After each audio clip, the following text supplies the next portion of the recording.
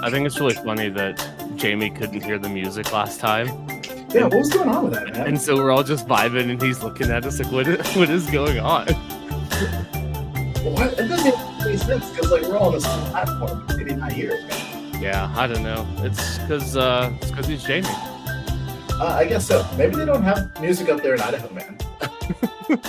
Yeah, if there's ever a state where I would expect there to be, Mormons and the people up in Pennsylvania don't believe technology, it'd be Idaho. But for whatever reason, it's not. Idaho's like more modern than it should be. It doesn't make any sense. Yeah, it's Utah. Utah's still pretty backwards. Yeah, it's a really interesting question. I've never thought about what state, like, if you imagine, wouldn't have music. Yeah, Idaho seems like one. Utah would, because Mormons are, I don't know, they march They're their dancers. own drum. Yeah, for sure. Yeah, Idaho's a good guess. Maybe like Iowa. I don't know. Iowa's like close enough to like the Kentucky, Memphis area. It's like it's right down the river, So it's like some of that would just sneak up there on a boat at some point. Just rolls up. All right. Well, welcome to Against the Mob podcast. We are sans Logan. It's Logan's fault that we haven't been recording, and he is absent still. And so, Damn, man can't even defend himself today. Nope. Send your jeers and your booze towards Logan. Throw them out telepathically. I hope he feels a disturbance in the force, knowing that the hate of the people is upon him. Yes, let the hate flow. Yeah, absolutely. So we were trying to figure out how to start this episode. I was actually hoping for Logan to do a lot of the lifting on this episode today. And so now that he's not here, I've had to kind of get my butt in gear. So we're going to start with the would you rather question that Logan posted in the group chat. So would you rather be the first in line for the gorilla or last in line for Bonnie Blue? Yeah, and I want to hear your answer again because like you sounded retarded last time, and I just want to make sure that you're no, for sure. Bring on the gorilla, baby. See, that's wild to me, dude. This is like an easier version of that Andrew Tate question where he's like the Megan Fox Megan Fox is the penis. It's like so much easier, dude. Yeah, just take sloppy seconds number 9,000, dude. It'll be fine. It'll be fine. Oh man, yeah, I don't know. And also, I'm hoping that that video that I sent you last night, I'm hoping that me and the gorilla get to vibe like that. You think the gorilla's a fan of Kanye? Maybe so. And he tosses me the headphones as I come up first, and then we turn and face the other 99 men together. Well, hopefully they're all fans of. Can I say it? Like, am I allowed to say it on YouTube or like? Sure. Who cares? Well, I mean, if we talk about it, I'm gonna be saying Heil Hitler a lot. Yeah. Let's say it. Who cares? We get five to take it down. Like, I don't give a shit. Because I personally love that it's happened, and it's like one of my favorite topics of the moment. It's one of those songs. If it was 15 years ago, it'd just be cringe. Nobody would care. And 15 years from now, it'll be cringe again because it'll be like everybody says that, dude.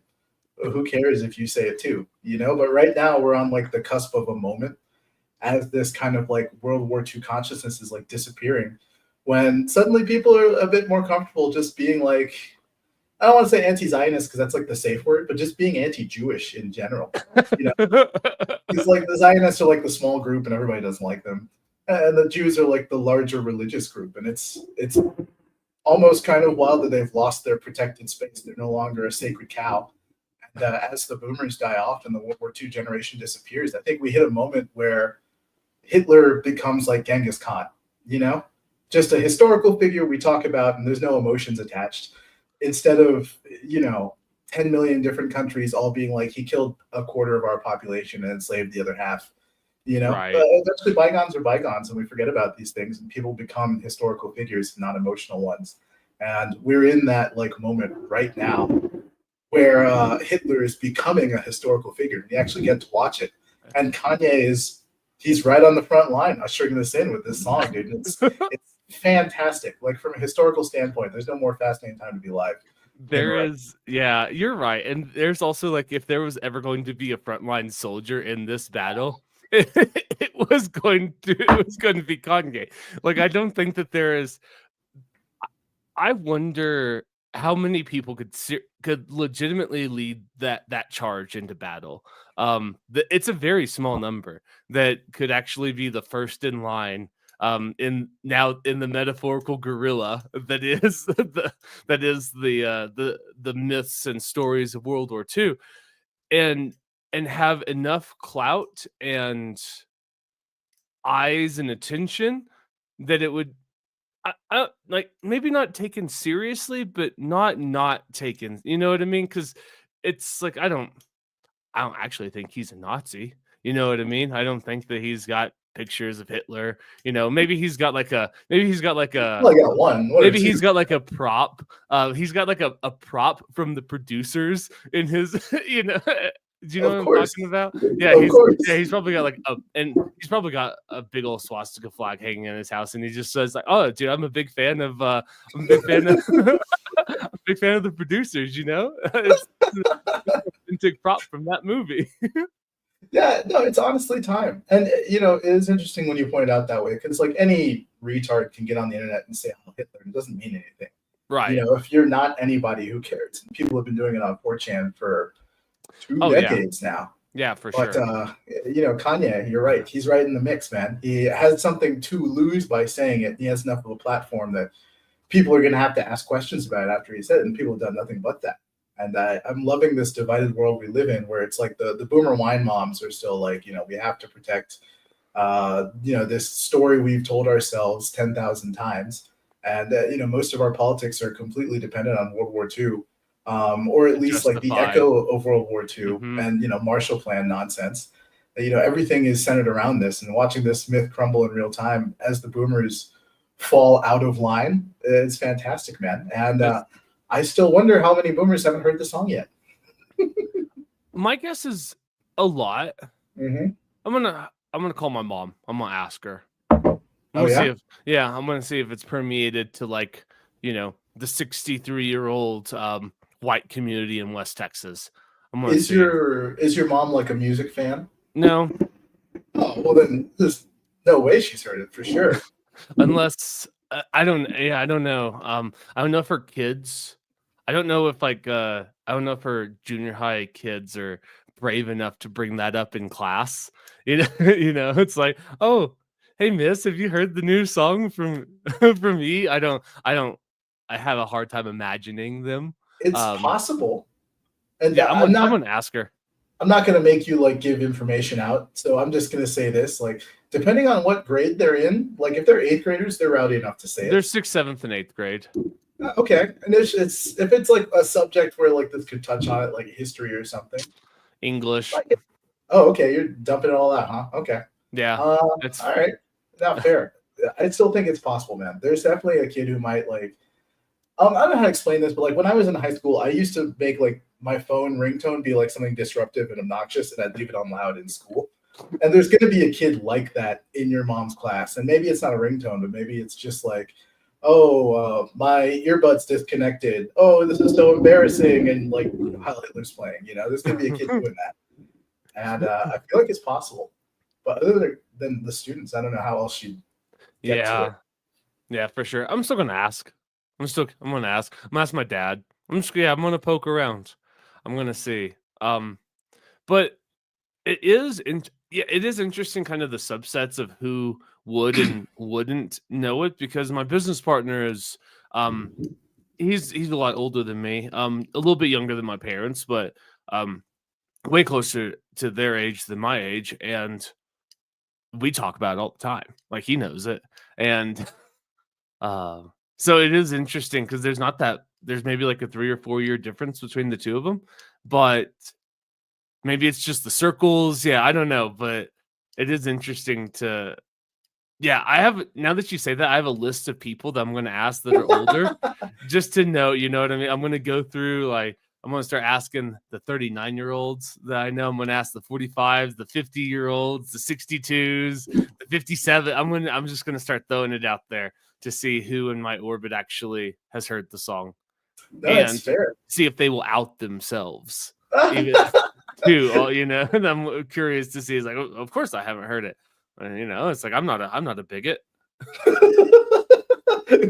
How would you know that only bigots have heard it? You know what the song's about?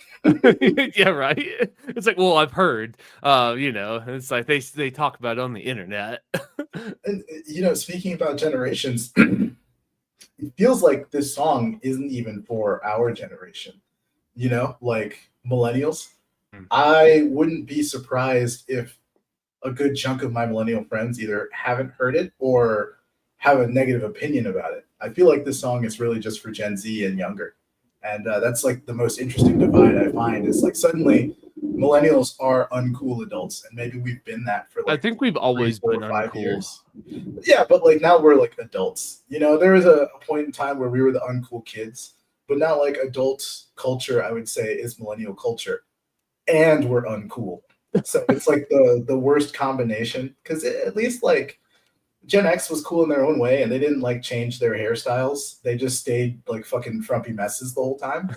But like, I don't know, our generation keeps changing our style, keep changing our look to like be young or pretend we're young or think we're young. It's like we have this weird false consciousness about ourselves where like I think most millennials still believe that they're children or they're teenagers or they're like, oh, I'm still with it. I'm in my 20s. And it's like, bro, you're not. You don't even know what the kids are doing anymore. You're in your 30s no for idea. sure. Yeah, for sure.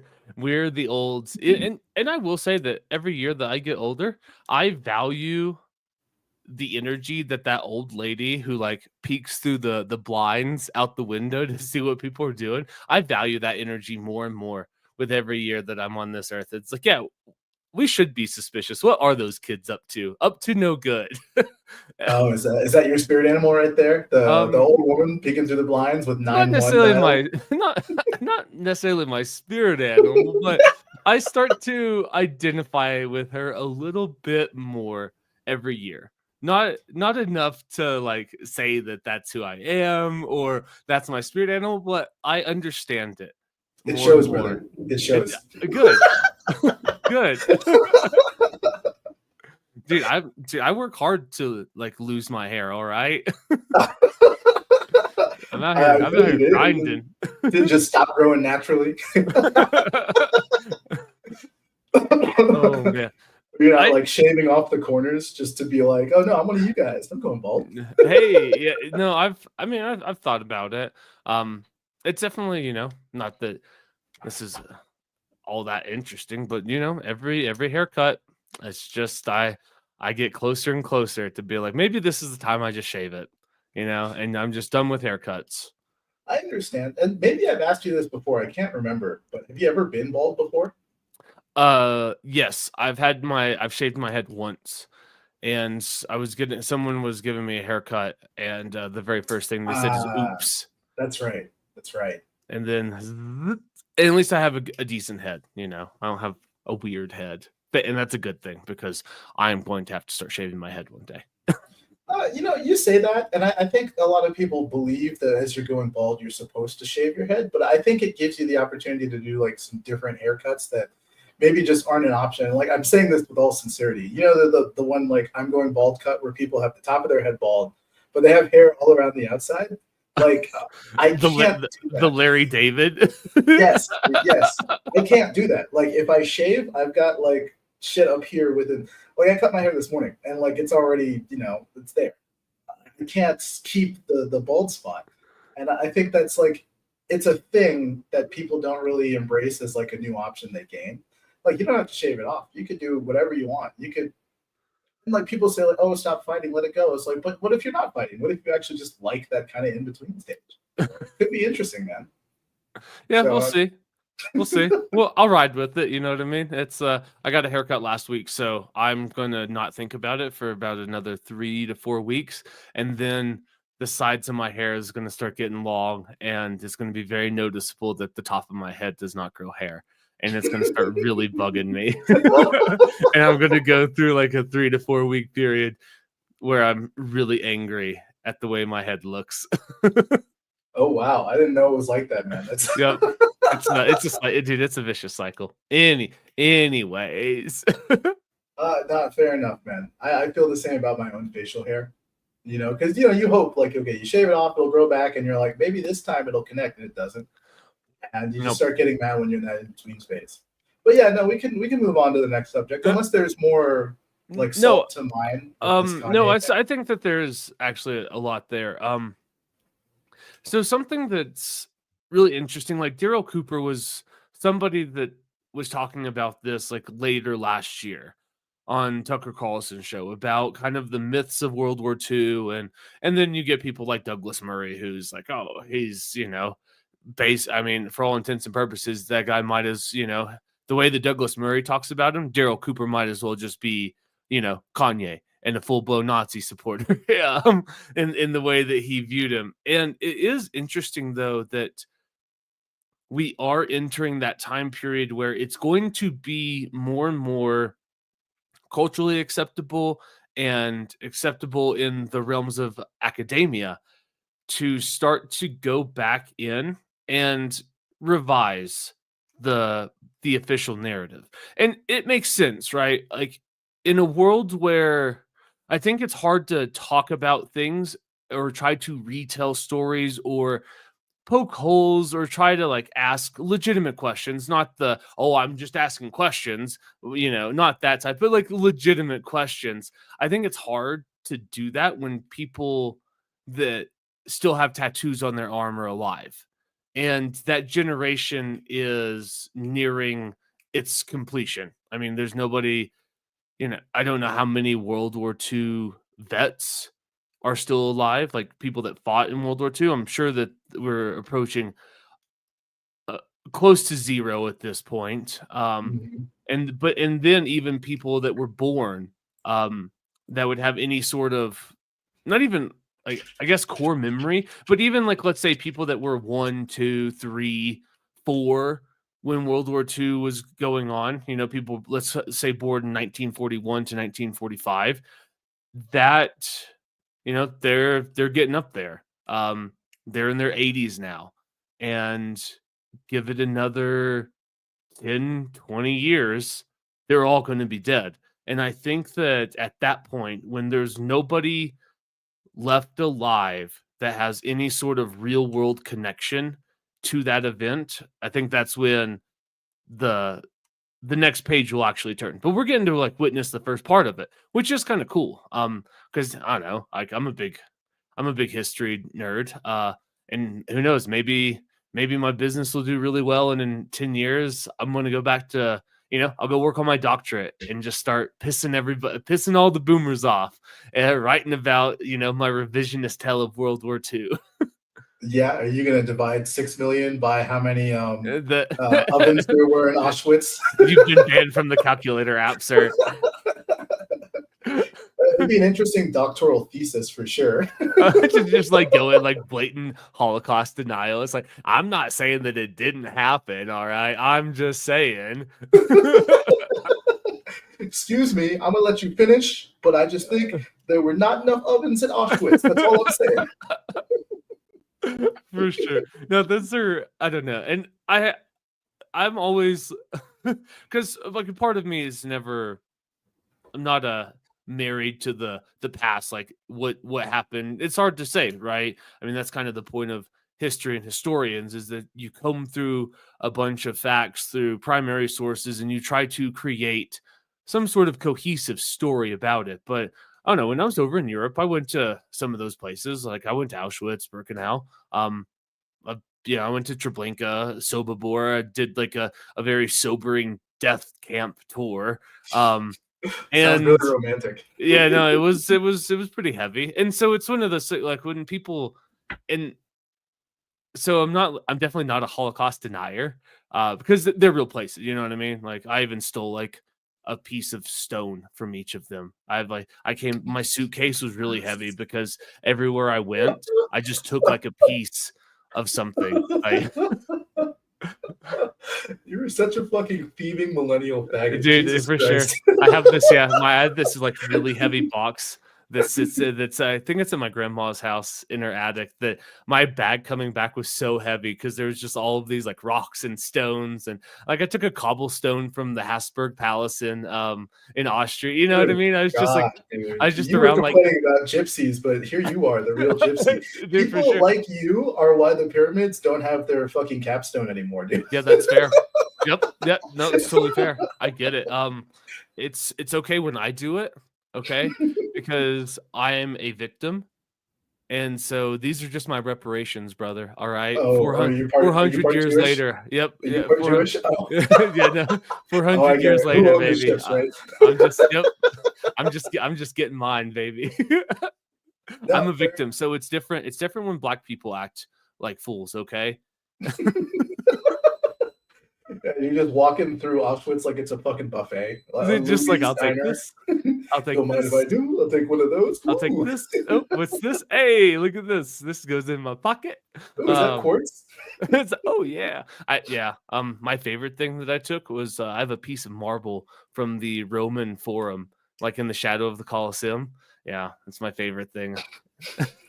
Where'd you put these things? Are they just hiding somewhere? Or you have them Yeah, no, it's in an attic in a box. What a waste, man. No, I know where they are. You gotta at least have them out, have them be like display pieces, you know, have like a little shelf of just random rocks. Yeah, People next walk time I up go to it, back it's like, home, I'll grab it. yeah, you might as well, man. I mean, you stole history. It might as well be for something instead Yeah, of just no, like it's sitting in an attic. yeah, no, it's a little treasure. It's treasure for me. Good God. It's like collectors, dude. I hate collectors. It's like the worst thing in the world. You know, someone's like, oh, they only made 4 of these cars, and I have one of them. It's sitting inside of this glass box I built. And it's like, brother, that's Just like drive one it. less driving. Please drive it. Yeah, And you've that's got fair. stone from the Coliseum hiding in an attic, man. Yeah. So All right. why No, did it travel 3,000 years to get into your mom's attic just so yeah, you no, could you've sold me. I'll grab the box when I come back. All right, next time I'm home, I'll grab the fucking box. Okay, are you happy?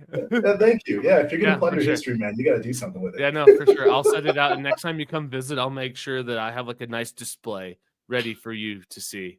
Wonderful, dude. I can't wait to ask you about your gypsy stones, dude. Oh, This one wards away lesser demons. Yeah, right. This one actually does keep away gypsies. But yeah, I don't know. It is an interesting time period to watch the myths crumble in real time. And I don't know if it's hard to discern like what's true, what's actually happening, but it seems like popular support for Israel is waning in America. It seems like that's a boomer idea, and I think it's a boomer idea because their parents had a massive amount of guilt for turning away all the Jews, you know, when Hitler's like, hey, yeah, I'll even pay for you guys to take, you know, it's like, I'll pay for the cruise ships to get them out of the country. And America and Britain is like, actually, no, we just want to like, we support you in theory, brother. Good luck, you know? And I think that there is like this massive collective guilt that existed that was a huge push of the Zionist movement. And it seemed like a way for Western society to appease their guilt for allowing that to happen, whether, you know, regardless of how many of them died in ovens based on the math you want to do. But still, enough of them that there was collective guilt to push out a local population and create a new state in it. You know, that's not nothing. It takes more than a couple of pogroms. You know, it takes more than a couple of Jewish villages getting burned down for them to be like, yeah, maybe we should actually do something about this. You know, this actually begs the question. I don't know the answer. Was Britain still holding Palestine as a colony at the time when Israel was created? Or it was. Yep.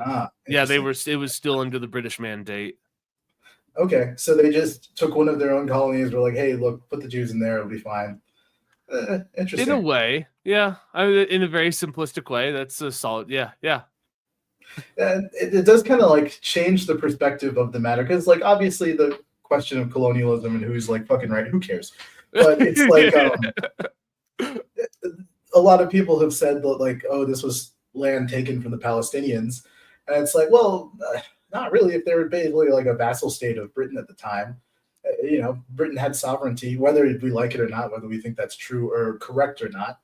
That's a fact of the matter. So it's kind of weird when people are like, "Oh, we took this from Palestine," but should Israel have been given their whole country? Probably not. That seems like a bit of an overreaction, or a stretch in my mind. And it is going to be interesting to see, because while you were talking, I did go on like ChatGPT out of curiosity to see how many World War II vets were alive.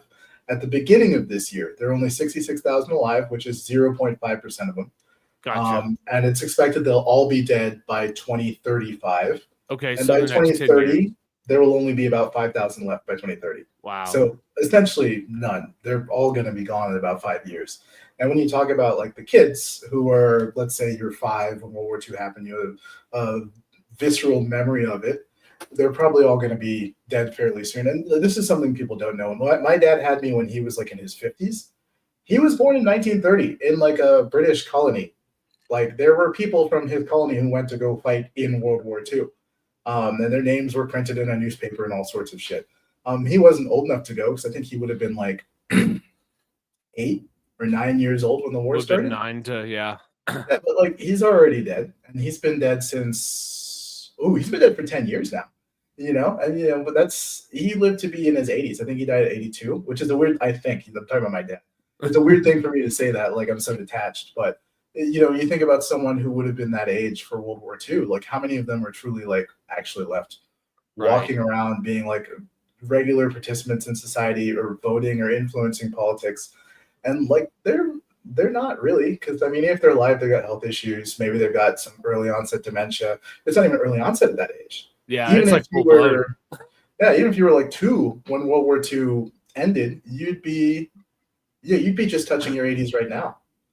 Like you'd be Joe Biden's age. Yeah, right. Which is also wild to think, because we blame boomers for a lot of things, but I've been wondering how many boomer presidents there actually have been. And I really should have looked it up before this, but I think they only had Obama. I don't think the boomers have ever been in charge other than that. I'm curious. I'm also curious as well. How many baby boomer presidents?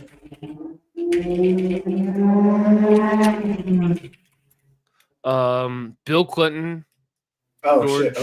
George Bush, Obama, and Donald Trump.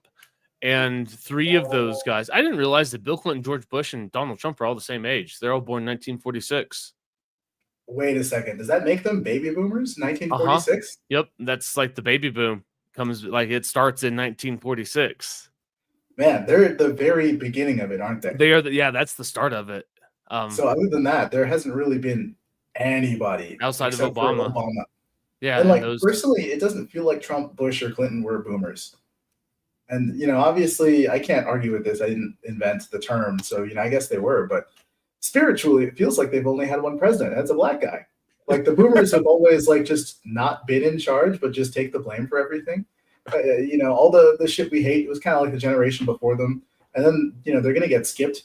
Like JD Vance is going to be the next president. And he's a fucking millennial. So both boomers and Gen X get skipped, and it just jumps straight to us. Like, I kind of feel bad for both of them. They really haven't had much influence in politics. And at least Gen X has been like the dropout generation, but boomers, man, they just taking it on the chin. Yeah, but I mean, boomers have been okay. So this is the next question: is how many congressmen and women are boomers? Because I think that they've actually had a disproportionate amount of influence. Okay. That's my gut. How many boomer congressmen? I'm going to ask a different question instead. So over the last 20 years, what percentage of Congress has been in each generation? So let's see what the breakdown is and see who's overrepresented and who's underrepresented. It's almost a little bit of a punt. Anyways. Blah, blah, blah, blah, blah. Good God, ChatGPT. Give me all this filler. Okay, so Gen X, 41%. Baby boomers, 39%. Millennials, 15%. Silent generation, 4%. And that's for the last 2 years. 4%. Who are those? Who like Nancy Pelosi? From the silent generation. Who is still hanging in there? I have no idea, man. But they'd have to be like late 80s at this point. Yeah. Okay, here we go. So last 20 years is 45% baby boomers, 27% Gen X, and 1% millennials. But last 20 years, millennials weren't old enough for a good chunk of it. So that's fair enough. All right, yeah, maybe baby boomers are actually like getting fair representation. Maybe we can go back to blaming them. So quick little break. For sure. Right back to hating them. Yeah, if that was your point to try to like let them off the hook, no way.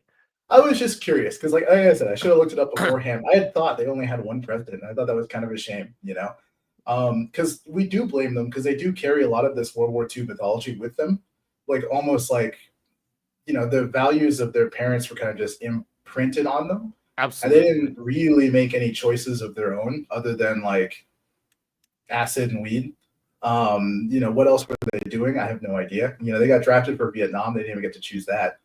It just kind of feels like they've had less control over outcomes than like we want to give them credit for. And not that I want to like start liking boomers or anything. I don't.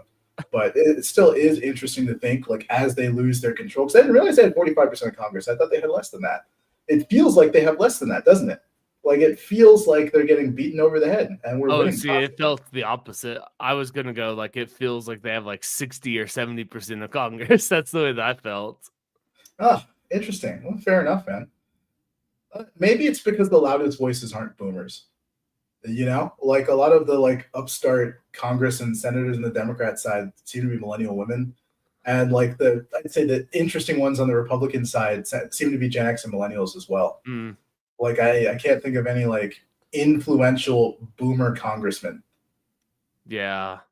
No names. Mitch McConnell's out of the game. He's out of his prime. Yeah, fucking loser, man. Like I don't know who there is. Else. And maybe this is why this whole Israel thing is kind of fading fast, man. And it's nice seeing that like Trump doesn't seem to care about Israel too much, and JD Vance cares even less, which fantastic, man.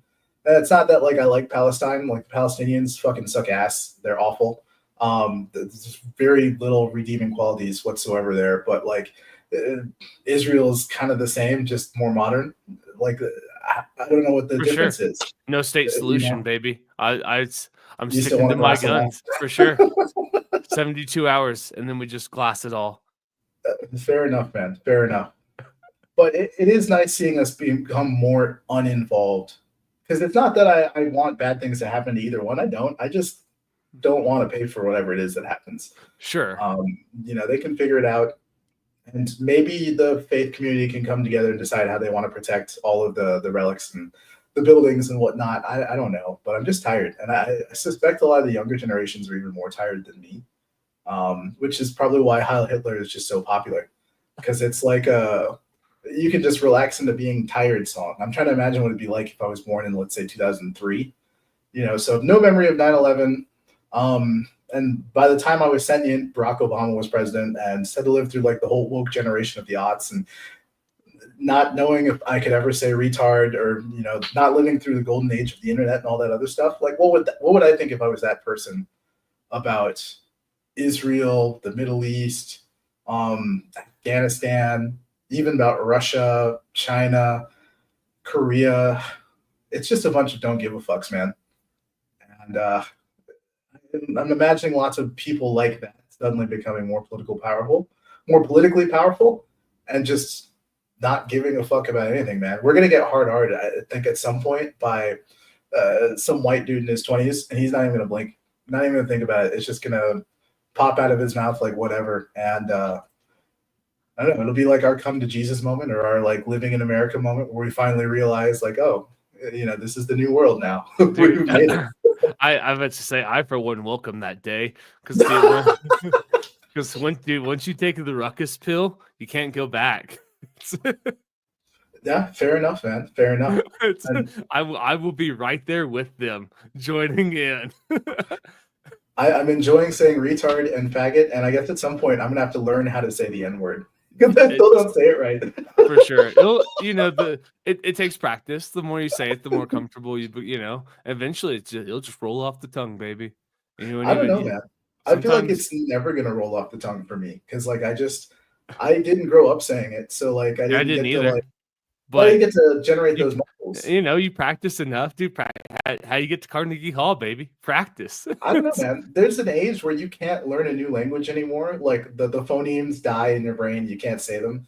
And I feel like the N word is one of those things too. You got to start saying it young. Otherwise, like your brain it doesn't do it anymore, man. Like I learned Spanish. When people speak in Spanish, I hear them, I understand, I know what they're saying, I get the context. But as soon as I try and start making my mouth move and do it, I can't do it. Yeah. And I feel like the N word's the same thing, man. We'll practice. We'll practice. I'll practice with you when we get off. We'll say it together. We'll go through the exercise. It'll make me feel a little bit better. For sure. It's like that King of the Hill episode where Peggy is teaching sex ed and she can't say like she's having a really hard time saying penis, and so she's looking in the mirror and she goes, happiness. Penis.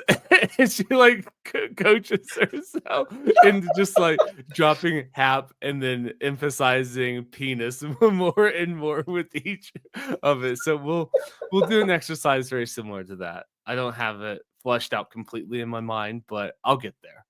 Well, all right, we'll see. I still feel like you can't teach an old dog new slurs, but I'm gonna try my best. Sure, you can.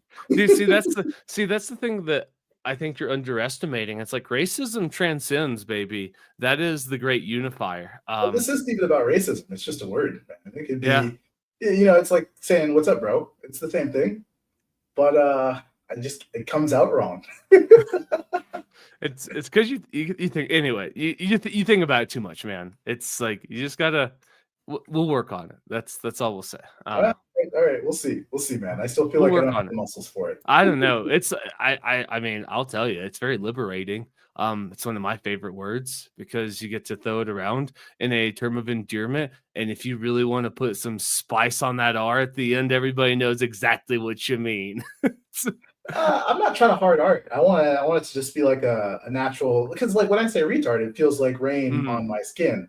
It's smooth, it's soft, it's comforting, and I want to say the N word just the same way, where people just feel comforted by my presence and they hear the words and feel my intentions. It's the pejorative sense of the word, not kind of like the dictionary definition. What I mean?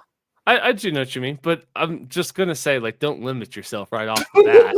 All right,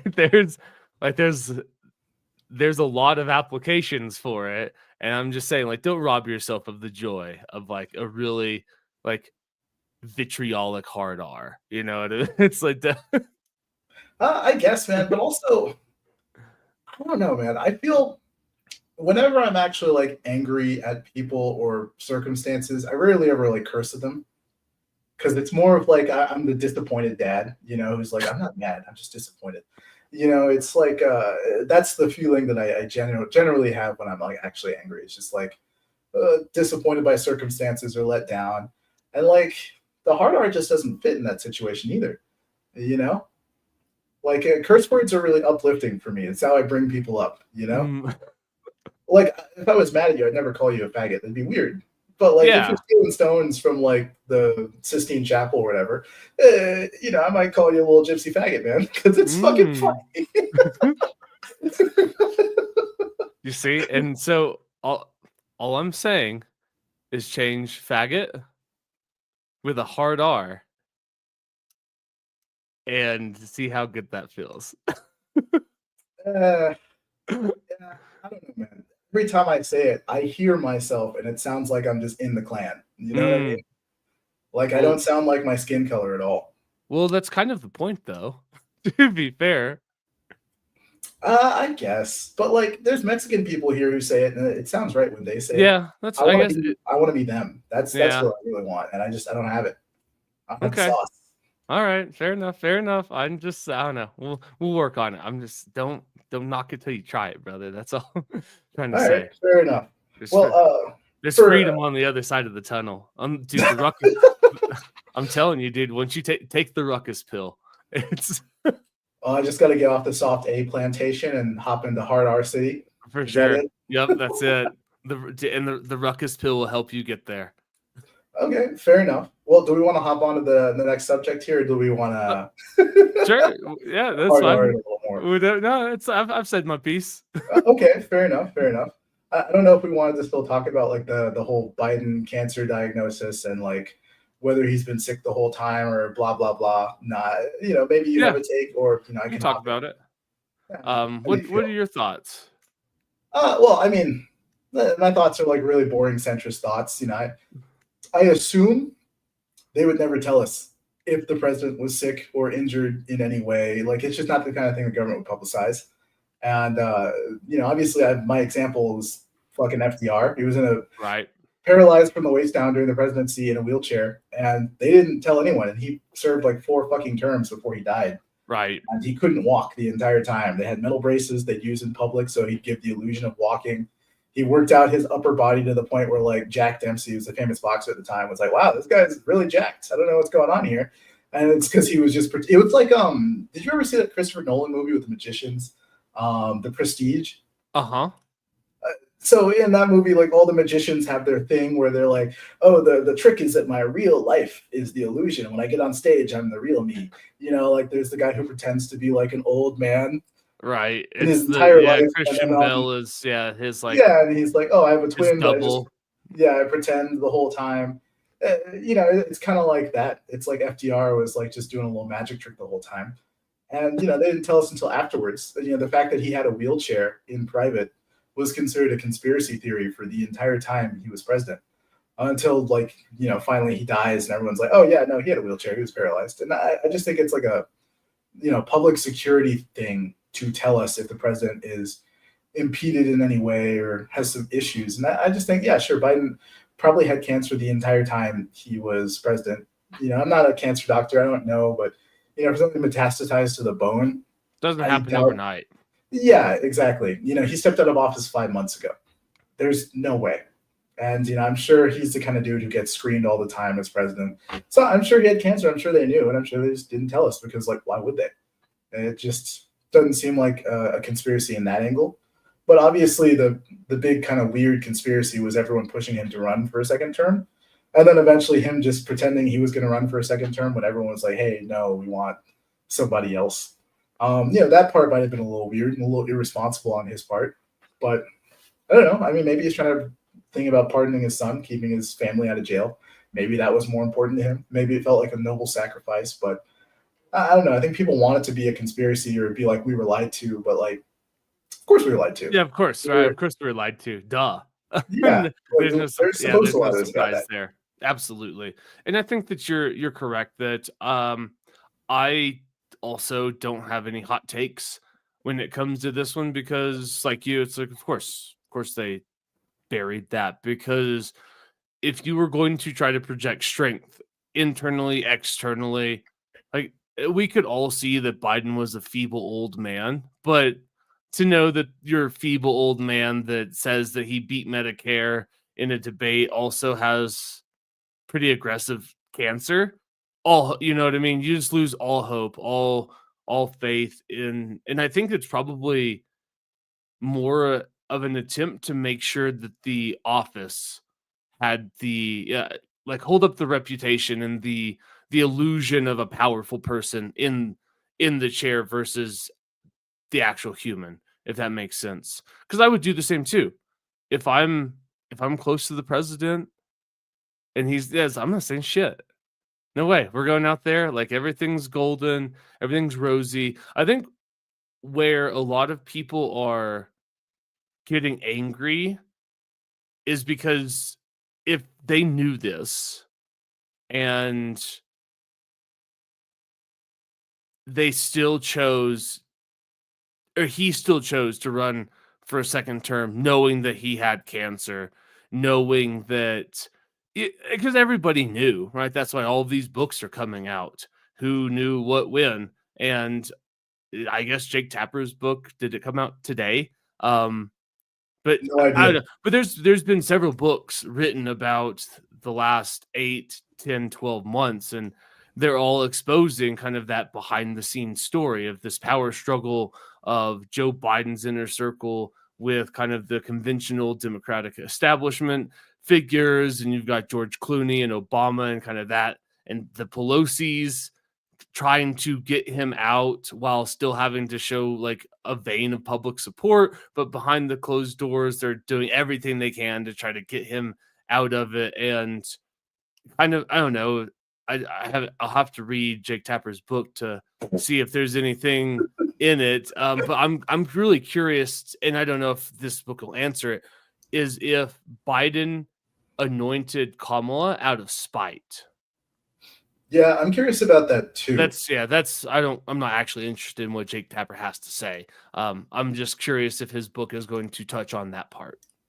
I still think that by the time that, the tweet announcing that he wasn't going to run was released, it was too late to have anyone else in that position, just because so many funds had already been funneled in, and legally Kamala was the only person who could use them to run. Anyone else would just be not eligible to use the funds. They just disappear. So, I think there was a lot of mechanical things at that point that forced it to be Kamala, but I do wonder who the DNC would have picked as their choice if they had had the chance to fake having a primary. Did they have someone ready? Was there someone in the stable or in that line? Was it going to be, one of the names we know, like Shapiro, or was it going to be somebody else who they just, magically brought forward? I'm curious about that, because, their choice would have said a lot about where their heads were at that time, whether they thought they could win and who they thought would win. Because, I think they might have stepped into that thinking there's probably a low chance we could win. And obviously there was no chance doing it the way they did. So, we know that wasn't their plan. Their plan was definitely not to have Biden in to the point where it was too late so that only Kamala could run. Yeah, that was definitely not part of the plan.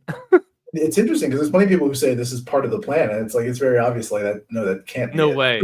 No way. There's no way. And I guess if you take the position that these people that have been able to create a powerhouse of a party, been able to, I don't know, steer, like these are the same operatives that got Bill Clinton off for his blowy. You know what I mean? Like they're not unsavvy players. Maybe it's the B team though. A lot of those people, it probably is like the B team, but even if they are the B team, they at least have like some tangential experience, or some training, maybe some influence from the old school A team. But political operatives, I just have a hard time picturing people are that stupid. I think it's a very dangerous mental exercise to go into, thinking that somebody is just like, oh, well, of course the Democrats screwed it up. They're a bunch of it's like, I don't know. Definitely made some blunders, but to just like blank check, write them all off as just idiots, I would have a hard time. I'd have a hard time thinking that that's actually true, but it is crazy how out of control it got very quickly. I was listening, and I guess what is interesting is, and I don't think that there will be some sort of reckoning and accountability, but I am really curious because I've heard people in the last couple of months talk about watching Biden at that first debate, and there was a doctor, and I cannot remember his name for the life of me. Debate, are you talking about 2004 or 2005? No, the one in the summer in June with Donald Trump, the one debate they had where he walked out and everyone's like, oh my God. And it was 2024. Yeah. Okay. Gotcha. Yeah.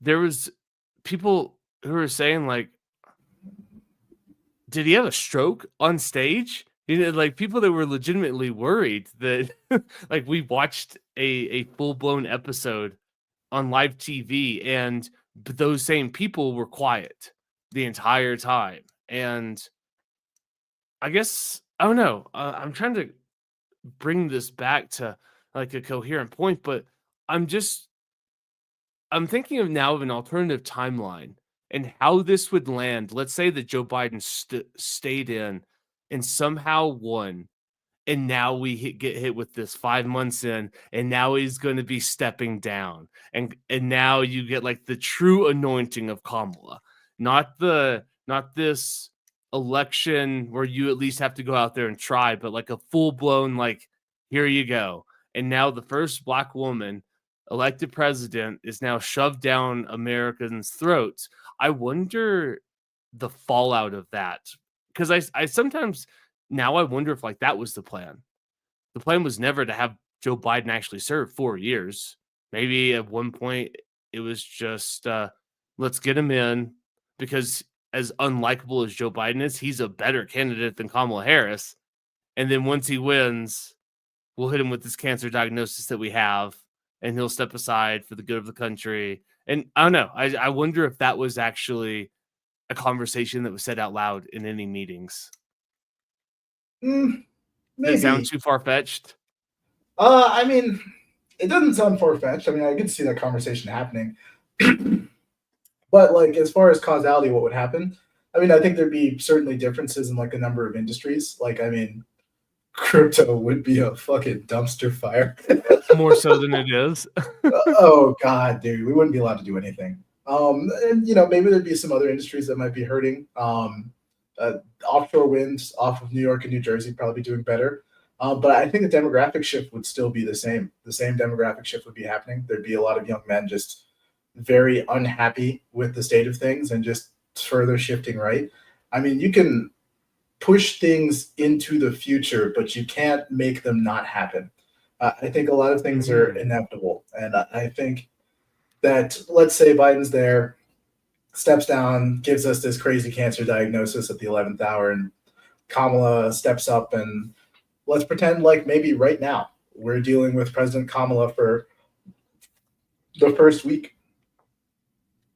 I don't know what else is different other than like, you know, policy changes and certain things being different. Maybe the border would still be wide open and people would still be complaining. There wouldn't be any deportations, blah, blah, blah, blah, blah, blah, blah. Maybe some judges would be not. I think those are pretty big. Yeah, no, they changes. are. They are. But like in terms of like the future and how things shake out 5 years from now, 6 years from now, I think we still end up violently shifting to the right, and maybe even more so if Kamala gets to be in this place, having been essentially anointed and not elected. I still think we end up in the same place, just more violently at a later date. Like I think the future is kind of inevitable in a lot of different ways, and you know, I think a lot of the demographic trains are already set, and of course, like the deportations like help. And they do a lot of good for like the actual American citizens in terms of jobs, housing, and just a feeling of security, especially if they can close down like some of the drug imports and maybe actually figure out what's going on with fentanyl. And maybe there's less homeless people on my street who are clearly overdosing on a semi-regular basis. And maybe in the future, people don't have that experience where they're walking over a dead guy laying down on the street after work and they're just like, whatever, I guess this is the city. And you know, maybe certain things like that end up changing, but I think the overall like political trajectory is, I think it's set in stone, man. I don't think there's a lot that can change it. Yeah, okay, that's fair. I would agree with that take. Because the trends and forces that set that shift to the right have been going on for the last decade. That didn't happen overnight. That's something that is teed up, and you get this long drawn out process. It's like a rubber band almost, you know, it's pulling back. And in this timeline, it snapped when it did. But if this alternative timeline that we talked about, I bet you're right. I think it would still happen. The rubber band would definitely snap, but it may be more violent because it's very blatant. And I wonder too about just kind of the power games. Like, it seems like so many of the myths of the world that we used to live in and the power structures, they're just crumbling. Like, I think that we are witnessing a fascinating time because nobody trusts anything anymore. Nobody trusts like news organizations. Nobody trusts Congress. Nobody trusts Supreme Court justices. Nobody trusts any, you know what I mean? Like, there are no legitimate institutions anymore in America. And we're all just kind of out here forging our own path. It is a wild time. It's not quite the Wild West, but in a lot of ways, it feel like we're in like a cultural Wild West. What was an option 10 years ago, like what's going on now wasn't possible 10 years ago. And I feel like 10 years ago, culturally, we were in like the 13 states, or maybe like there's 20 states, Ohio's a state now and Kentucky's a territory, but people have been running out west. And I feel like we're in a cultural Wild West timeline because, I mean, point in case, Ye Song. Like, you don't get that. There's no way that we get that 10 years ago. And if we did, you're right. We just go, oh, cringe. Like, damn, Kanye. Like go do more nitrous or was he doing that nitrous 10 years ago, or was he? I don't think he was something else. No, he was doing. Who knows what he's doing? But well, there's this concept of like cultural fragmentation as well that was kind of driven by technology in a lot of ways, and like music artists will talk about this. Like it used to be in 2010, almost everybody either listened to the radio or they listened to CDs that they burned. Nobody was like having their own library, a streaming library. I mean, the iPod existed back then, but sure. How many head units had like an aux input that you could plug your iPod into? The iPhone kind of around, barely. The music on it kind of sucked. In general, you could still listen to the radio, which meant like nationally, everybody more or less agreed on the same songs and what was good and what was bad. And as far as our generation, millennials also had this experience of all liking kind of the same stuff and having kind of a general outlook on the world that was very samey. And even when we were trying to be different by listening to like I don't know, there's like, I'm trying to remember the names of like those bands that were like the folksy like millennial core shit from 2010. Oh, like what, Mumford & Sons? Yes, that's exactly who I was thinking about. Mumford & Sons. Like the plaid core. Even that was like a very like national trend. And then once like, the aux cord, cell phone music, streaming, and then eventually Bluetooth became ubiquitous, nobody listens to nationally syndicated radio. Right. So as far as like having agreements on like what all of the cool songs are, nobody agrees, and everyone's tastes are very fragmented to the point where like if you talk to 10 people around you and you were to ask them what their 6 most interesting songs are they're listening to right now, you won't get the same song from anyone, except for a few cases every now and then. Like right now, you ask every dude around 23 years old, they'll tell you How Hitler by Kanye is the most interesting song they're listening to. But like that just generally doesn't happen. And like, as those institutional gatekeepers kind of disappeared, we have this weird Wild West where Kanye's album had to be dropped under a fake name, a fake album name, fake artist name, and it still gets pulled. It was trending on iTunes for like a day, and then they pulled some of the songs. If you go on Spotify and find the album, 3 of the songs, you can't listen to them. They're just grayed out on Spotify. Like everywhere you go and you look for this, it's being like shut down and almost dry-sanded. But it just doesn't matter, like, because you can get on Twitter, you can find 10 million clips of Kanye's song being overlaid on top of something else. And like, there's this weird, like, even with all the distribution mechanisms locked down, it's still getting out there. And like, we're living in this weird post-consensus musical world where like the gatekeepers don't matter. And culturally, despite being very fragmented, every now and then we come and like rally around a few things, and this is the wildest thing to rally around. I never in a million years, despite knowing what Kanye was up to, like I bought Swastika coin back in February and March when it launched, which was like Yeezy's meme coin, and it.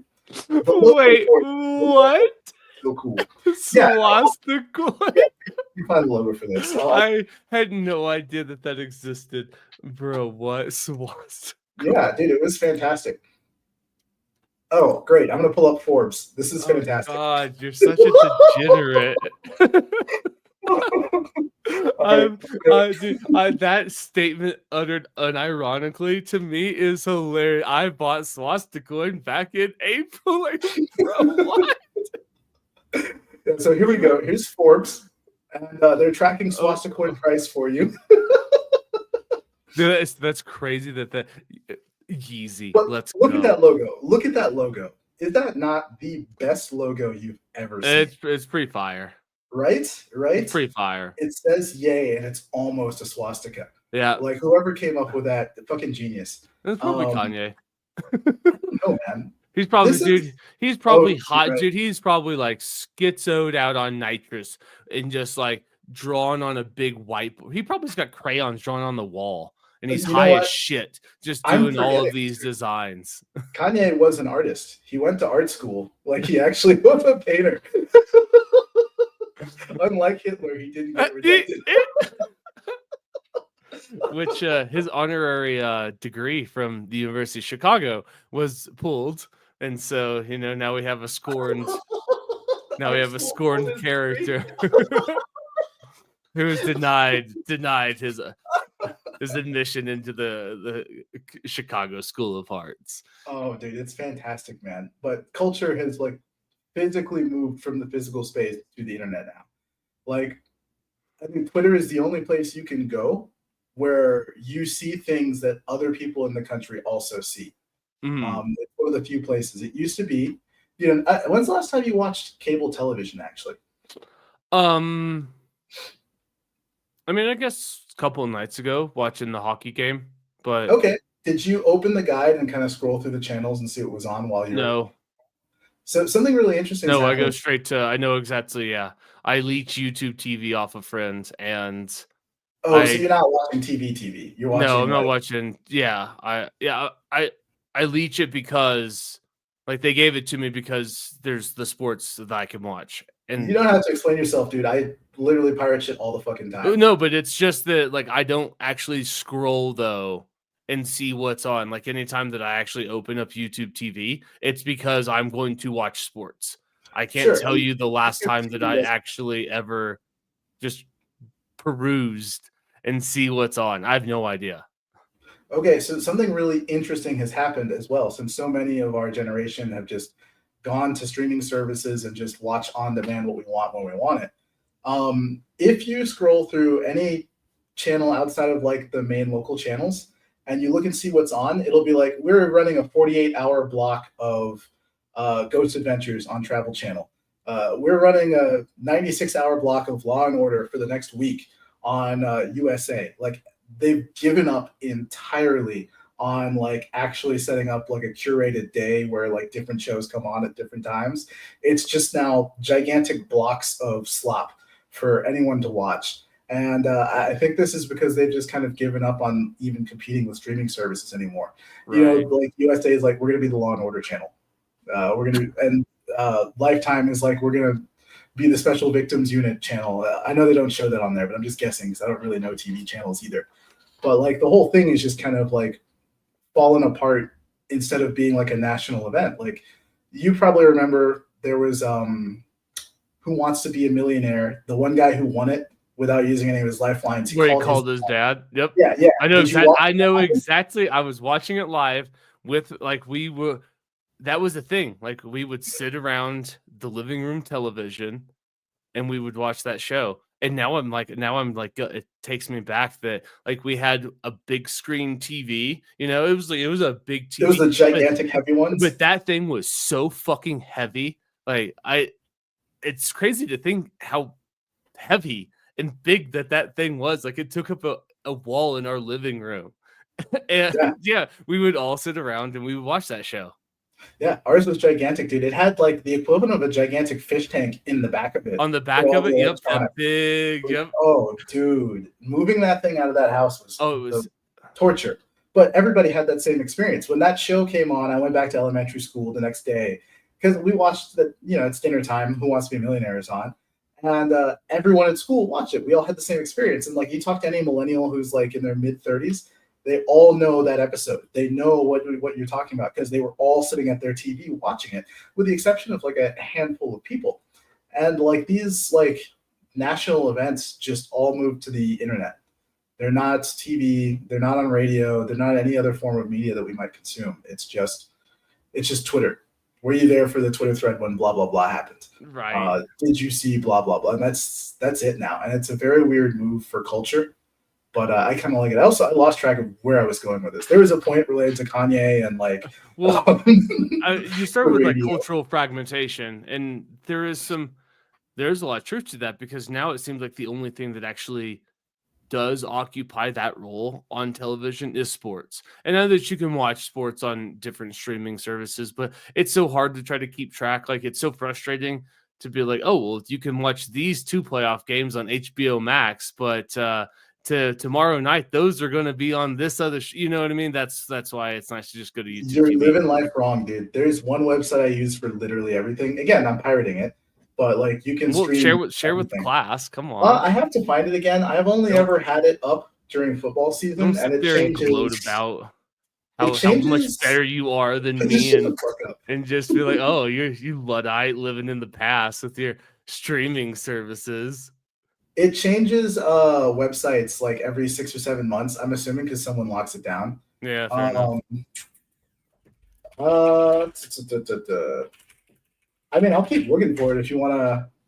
You don't about have to. Fragment. The people got to know. Yeah, fair it used enough. to be called NFL Byte, but they had everything on there. Gotcha. But I do wonder though that it seems that any semblance of that old time is only occupied by sports now. Like, you get the Super Bowl, right? There's like, if there's one thing that you can count on that more Americans are going to do, it's the Super Bowl. There's actually, if I have my data, if I have this point correct, it's like the only thing every year that actually like brings Americans together. It's like the one cultural thing that you can relatively count on, right? Because even people that don't like football will go to a Super Bowl party. Or, there's a bunch of like this last Super Bowl I went to, there was like 45 people there. And a lot of those people, I would argue, had not watched a single snap of football all year. But it's a Super Bowl party, and so everybody's there. And I think that that's probably like one of the last Who Wants to Be a Millionaire type things that exist in our society today. You're probably right. I can't think of anything else that I reliably could talk to a random person about after it happened and know that they know what I'm talking about, other than like the Super Bowl. Like, if I had to put money on it, it'd be the Super Bowl. Let me see how many people watched it. I'm pretty sure they had like record views, including streams, and they don't even get to count people like me because I pirate it and my stuff is getting mirrored, and it's one guy mirroring it out to like 5,000 people. So yeah, 127.7 million people viewed across streaming and television platforms. That's basically everybody. Yeah, this set a new record for the most watched program in U.S. television history. So that means there's 127 million locations that all were streaming it or watching it at one point. So that's everybody. I mean, if you think about there's 2-3 people. Yeah, I don't even remember what I was doing for this Super Bowl this year. I have no idea. I couldn't tell you. Just out there buying. You're out there buying swastika coin, bro. Yeah, probably. Didn't Yeezy have like a swastika ad on the Super Bowl where it was like there's no way that they let him do that. No, it wasn't there, but like you scanned it and you went to a website and the website just had swastika. Yep. Yeah, for sure. I do remember that. It was his t-shirts. Yeah, it took you to the link of his just like plain white tee with a big black swastika. I can't believe they let him get away with that. And I'm sure that there were people that like checked and rechecked that link before it went live. You know what I mean? Before they aired the commercial, and then somebody's just like, "And we'll put the actual link in there now." And boom. The switch 10 seconds before the commercial comes on. Oh my god, dude! I love Kanye so much, and like people don't get it. They think I'm like joking when I say this, or like he truly is an artist, and like this is cultural art. It's not exactly musical art. Like the song's good. The hook is fucking fire. Is it the best song in the world? No, it's not. No, it's not. But you say it's good. It's a banger. Give it, good, dude. You gotta give it its proper respect. Look, the chorus, it's a bop. All right. The beginning where he's talking about being a cuck and like the people taking his kids from him, it's kind of like auto-tune whining. It's not the greatest thing in the world, but the chorus is a whole ass bop. But like as a song, like, it's kind of forgettable. But as like a cultural piece of art, it's like if you've ever been to a museum of modern art and been disappointed because it's all gay and useless, this is modern art. Like just making this song in this time period. This is the only thing that should be displayed in the MoMA. You should walk around and just see Yeezy's swastika coin logo and hear the song Heil Hitler just every corner you go around. I can't, dude. Can you imagine, like in like the Guggenheim Museum? There's there's the Yee there's the Yee little exhibit. It's just, Yes. and you walk in, and it plays every time somebody walks in. It just says "How Hitler." Can you imagine each room you walk into, it's a little joke video? It just does that over and over. Every room, every time somebody walks in, it just. They got the one video of Hitler in the car going like, what is this? What is this? What is this? It is hip. What is this noise? Is it hip hop? You walk into another room, there's a Kids Flop remix. The Kids Flop. It is. I mean, I don't know. It's so funny that a lot of people have hopped off the train, and it's like, we can't even say that he made Graduation anymore. He's I don't know. It's like, dude, and are we surprised? Like, this is a dude that snatched the mic from Taylor Swift. She's like 16, you know? It's like, it doesn't matter how you feel about Taylor Swift now. At that moment, she was like America's up and coming little darling. And to just like go up and I'm gonna let you finish. and I mean, to the point to where like the next day, Obama called Kanye a jackass from the Oval Office. You know what I mean? Like that's like that takes some energy to get Obama to call you a jackass as the president of the United States. And like, are we surprised that the guy who's like George Bush hates black people when Mike Myers is, as they're standing there very seriously, like, oh, if you need to please contribute to the Katrina Foundation, and it's like, and these are the places that you can call to donate. And he's like, George Bush hates black people, and Mike Myers is so caught off guard. Like, are we surprised that the guy, after he does the whole Taylor Swift thing, goes on his own self-imposed exile to Japan and then ends up in Hawaii, bring in Elton John and all of these other people to make My Beautiful Dark Twisted Fantasy? Like, he is who he is. And this is so on point that it doesn't need to be defended. Like, this is Kanye at his best. And I think Kanye at his best is just showing a spotlight to what makes people uncomfortable. I'm down. I'm so down. Yeah, and modern art's supposed to challenge your sensibilities to their very core. And anytime I've walked into a modern art museum, I've just been disappointed because it's the kind of things that I could see anywhere else. But this album, the song about sucking his cousin's dick,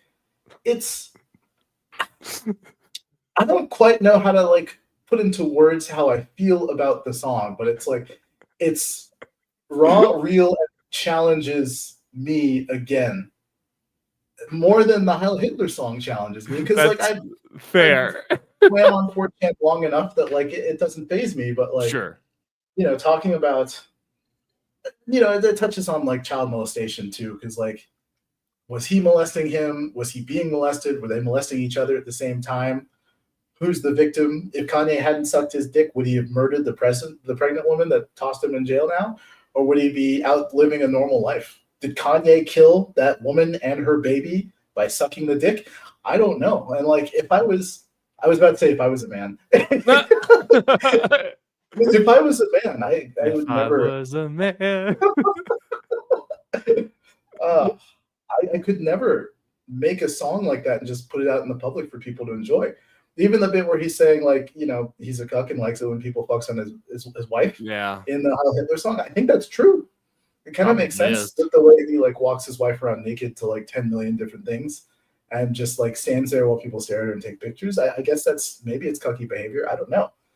But again, it's like really brave and subversive to admit that. And it's one of those things that only gets to get admitted once and be brave. Anybody else comes out with a song and is like, oh, I'm a cuck, I suck my cousin's dick. It's gonna be like, okay, faggot, get out of here. Yeah, exactly. It's like, nope, Kanye's already done it. Yeah, Kanye did it first, man. Yeah, for sure. Now it's like okay, and now you get being accused of being like a Kanye wannabe. You know what I mean? It's yeah. Who's There's the no worst thing winning. to be of? Yeah, there's no winning if you try to replicate any of it. Yeah, it's pure art, dude. And I'm very much enjoying living in the moment. And every day I wake up and there's a new mix, there's a new joke video where it's being played in the background. And it's like it's gold to me. I wake up happy and laughing, just nonstop, dude. Just constantly laughing, rolling around in the bed, laughing my ass off before I even get up, dude. It's as good as life gets, dude. I wouldn't wish for anything better than this, man. It is, it's like I know sometimes we talk about like we live in the cursed timeline where because like we live in the timeline where Harambe was killed and we've split off. But I wonder about the timeline where he's not killed and what isn't allowed to happen.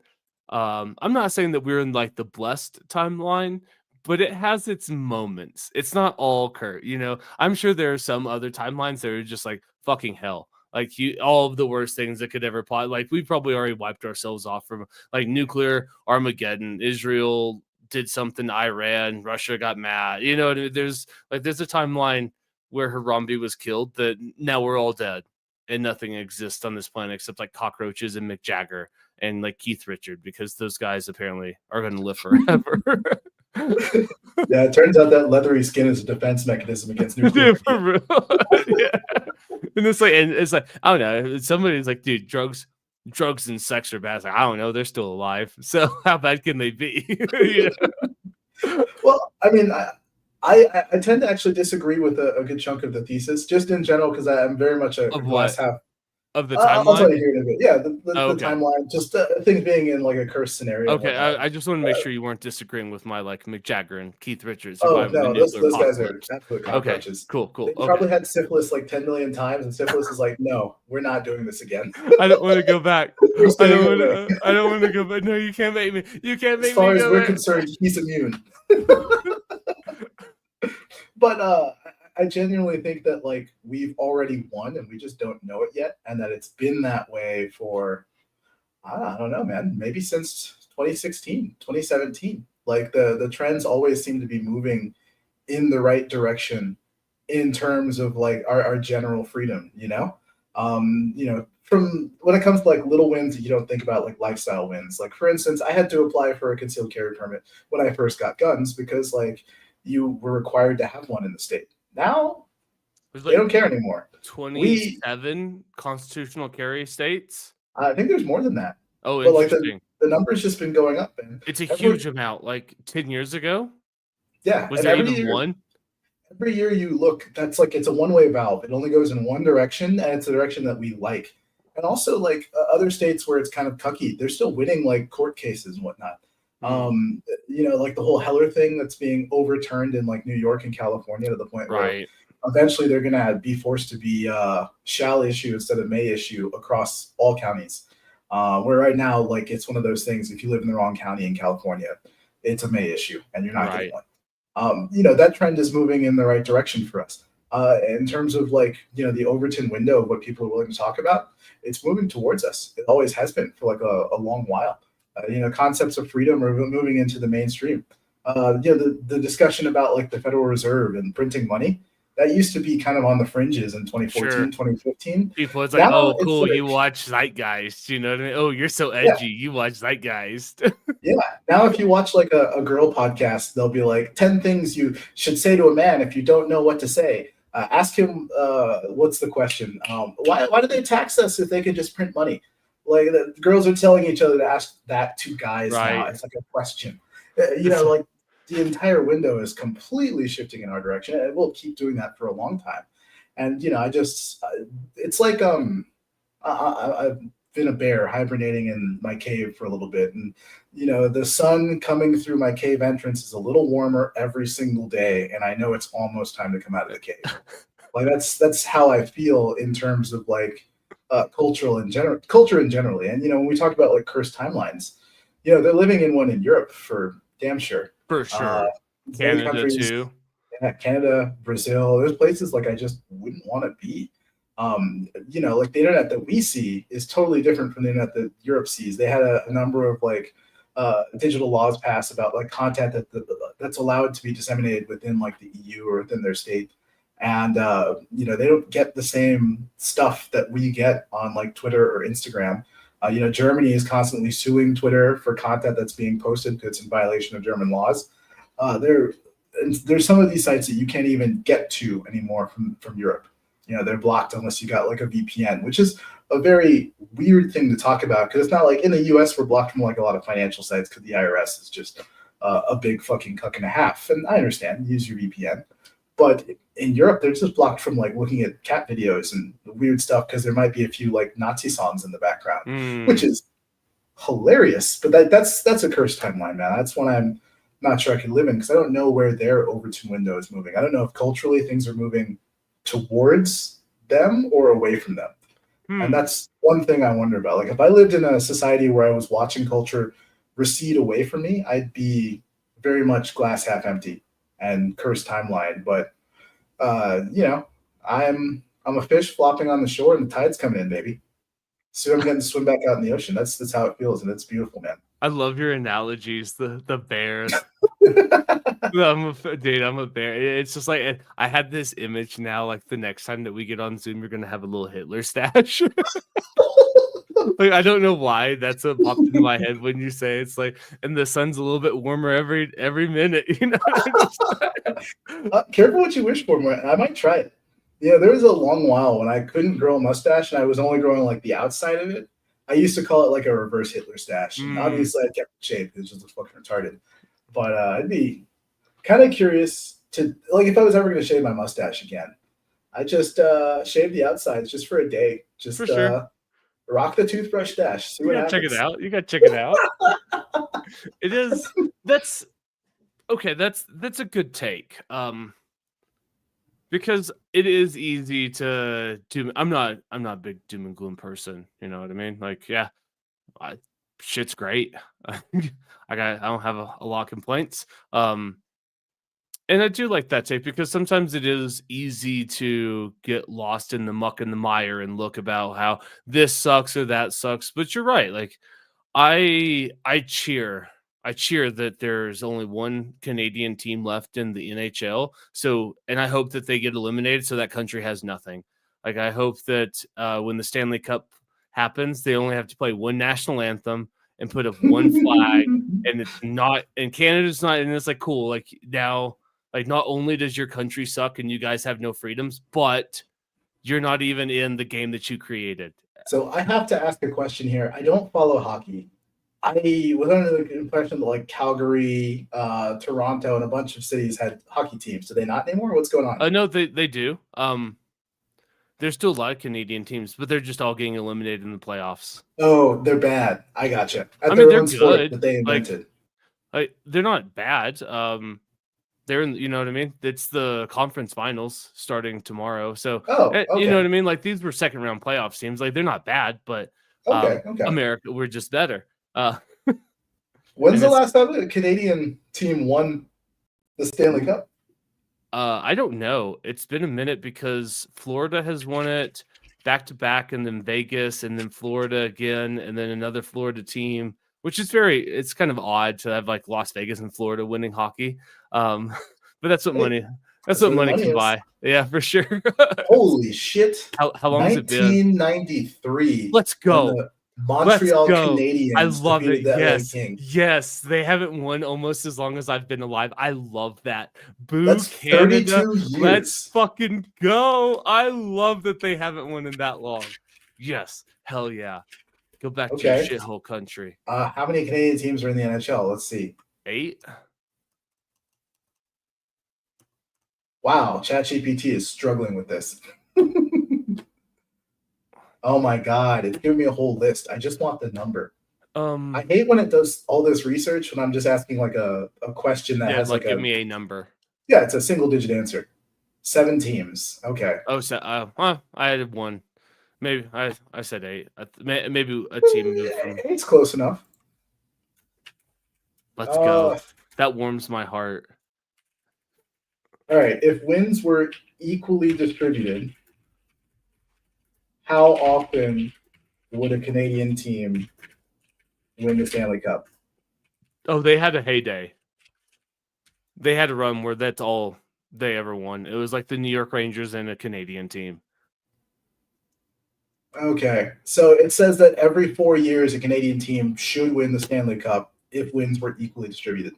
But they haven't for Good 32 God. years. 32 years. Yes. Let's go. ChatGPT calls this a statistically significant drought of wins. Good. I think Edmonton is still in, and I hope they lose. Me too. I hope they lose. Like I have some friends that are really big hockey fans that helped me get into it, and both their teams. Like one guy, his team didn't make the playoff this year, and another guy's got eliminated the first round. I And know this feeling. it's but it's like I'm invested because I really do like watching hockey. And at a certain point, it's like the two teams that I would root for are in there. And so I was at the bar the other night. We were talking, watching hockey, and they're like, "Who are you rooting for?" I said, "America." Like I don't care who is like against every Canadian team every single night. Like that's who I'm rooting against. Bruh, absolutely, man. Now Canadians can pretend to have a national identity again for a little while. Oh, sure. Yeah, because now they're begging for bourbon because Canadian whiskey sucks. You know what I mean? Like you can only drink Royal Mist or whatever that horrible excuse for whiskey is. You can only drink that for so long. Like, and that's the thing. Like you can tell yourself like, "Oh, I'm standing with Canadians and I'm here to support," bro. Like, no, you can only drink that nasty Crown Royal. That shit's gross. Oh, is that Canadian? I think it is Canadian. That shit's nasty. Like you can only drink that for so long before it's just like, dude, give me just a good American bourbon. Like, oh, I remember this stuff. Yeah, I don't like Crown Royal either. It's horrible. Comes in that gross. That gay ass purple bag trying to make you feel like it's fancy. Yeah, but I think that's like the wrong look for it too, because it always made me feel like I was buying a giant bottle of perfume, which is yeah. Well, I mean, you kind of were because it's Canadian because it's Canadian whiskey. So I mean, that's fair. Like you were. It is kind of interesting because I'm trying to imagine like if I was Canadian and I had like this level of national pride to me, what level of detriment in my consumption goods would I be willing to give up for my own pride? And I feel like I would actually drink bad whiskey or just bad liquor in general for a long time, just out of pride. And not because like I have some like superior, I don't know, I'm just retarded, dude. There was like 2 years out of my life where I drank Corona as my first beer anytime I went anywhere, just because of a joke I made with one of my friends. No, that's not outrageous. That's Oh, not an I hate outrageous Corona. take. I hate it, man. Oh, It's not okay. it's not that good. I mean, But I would I go made for a a joke Dos once. Equis, but I don't know. A light Mexican lager to start it's a very responsible choice. There's so many better light Mexican lagers I out agree there. with that, but it's like that's not the worst take I've ever heard. No, I get it, but it's just if I was willing to do that despite hating it, I could see myself drinking all sorts of things I hated and pretending I liked them just to spite someone. Yes, The taste of Trudeau's Trudeau's fourth administration as you sip on your Crown Royal, and it's like, tastes like liberty. Yeah, and if I was that sort of Canadian, I could see myself actually, just being stubbornly obnoxious for far longer than it needs to be. Kind of like the people who still wear their masks in the car, even though it's been like 5 years. Like, I'd be that guy just bitterly holding on. Dude, you know what? That's a very apt analogy because they are both equally stupid. It's like, that's a level of like tardism that is top tier. Yeah, it's wild, man. It's wild when you run into them in the wild and you have those conversations because you don't know that they're one of those people.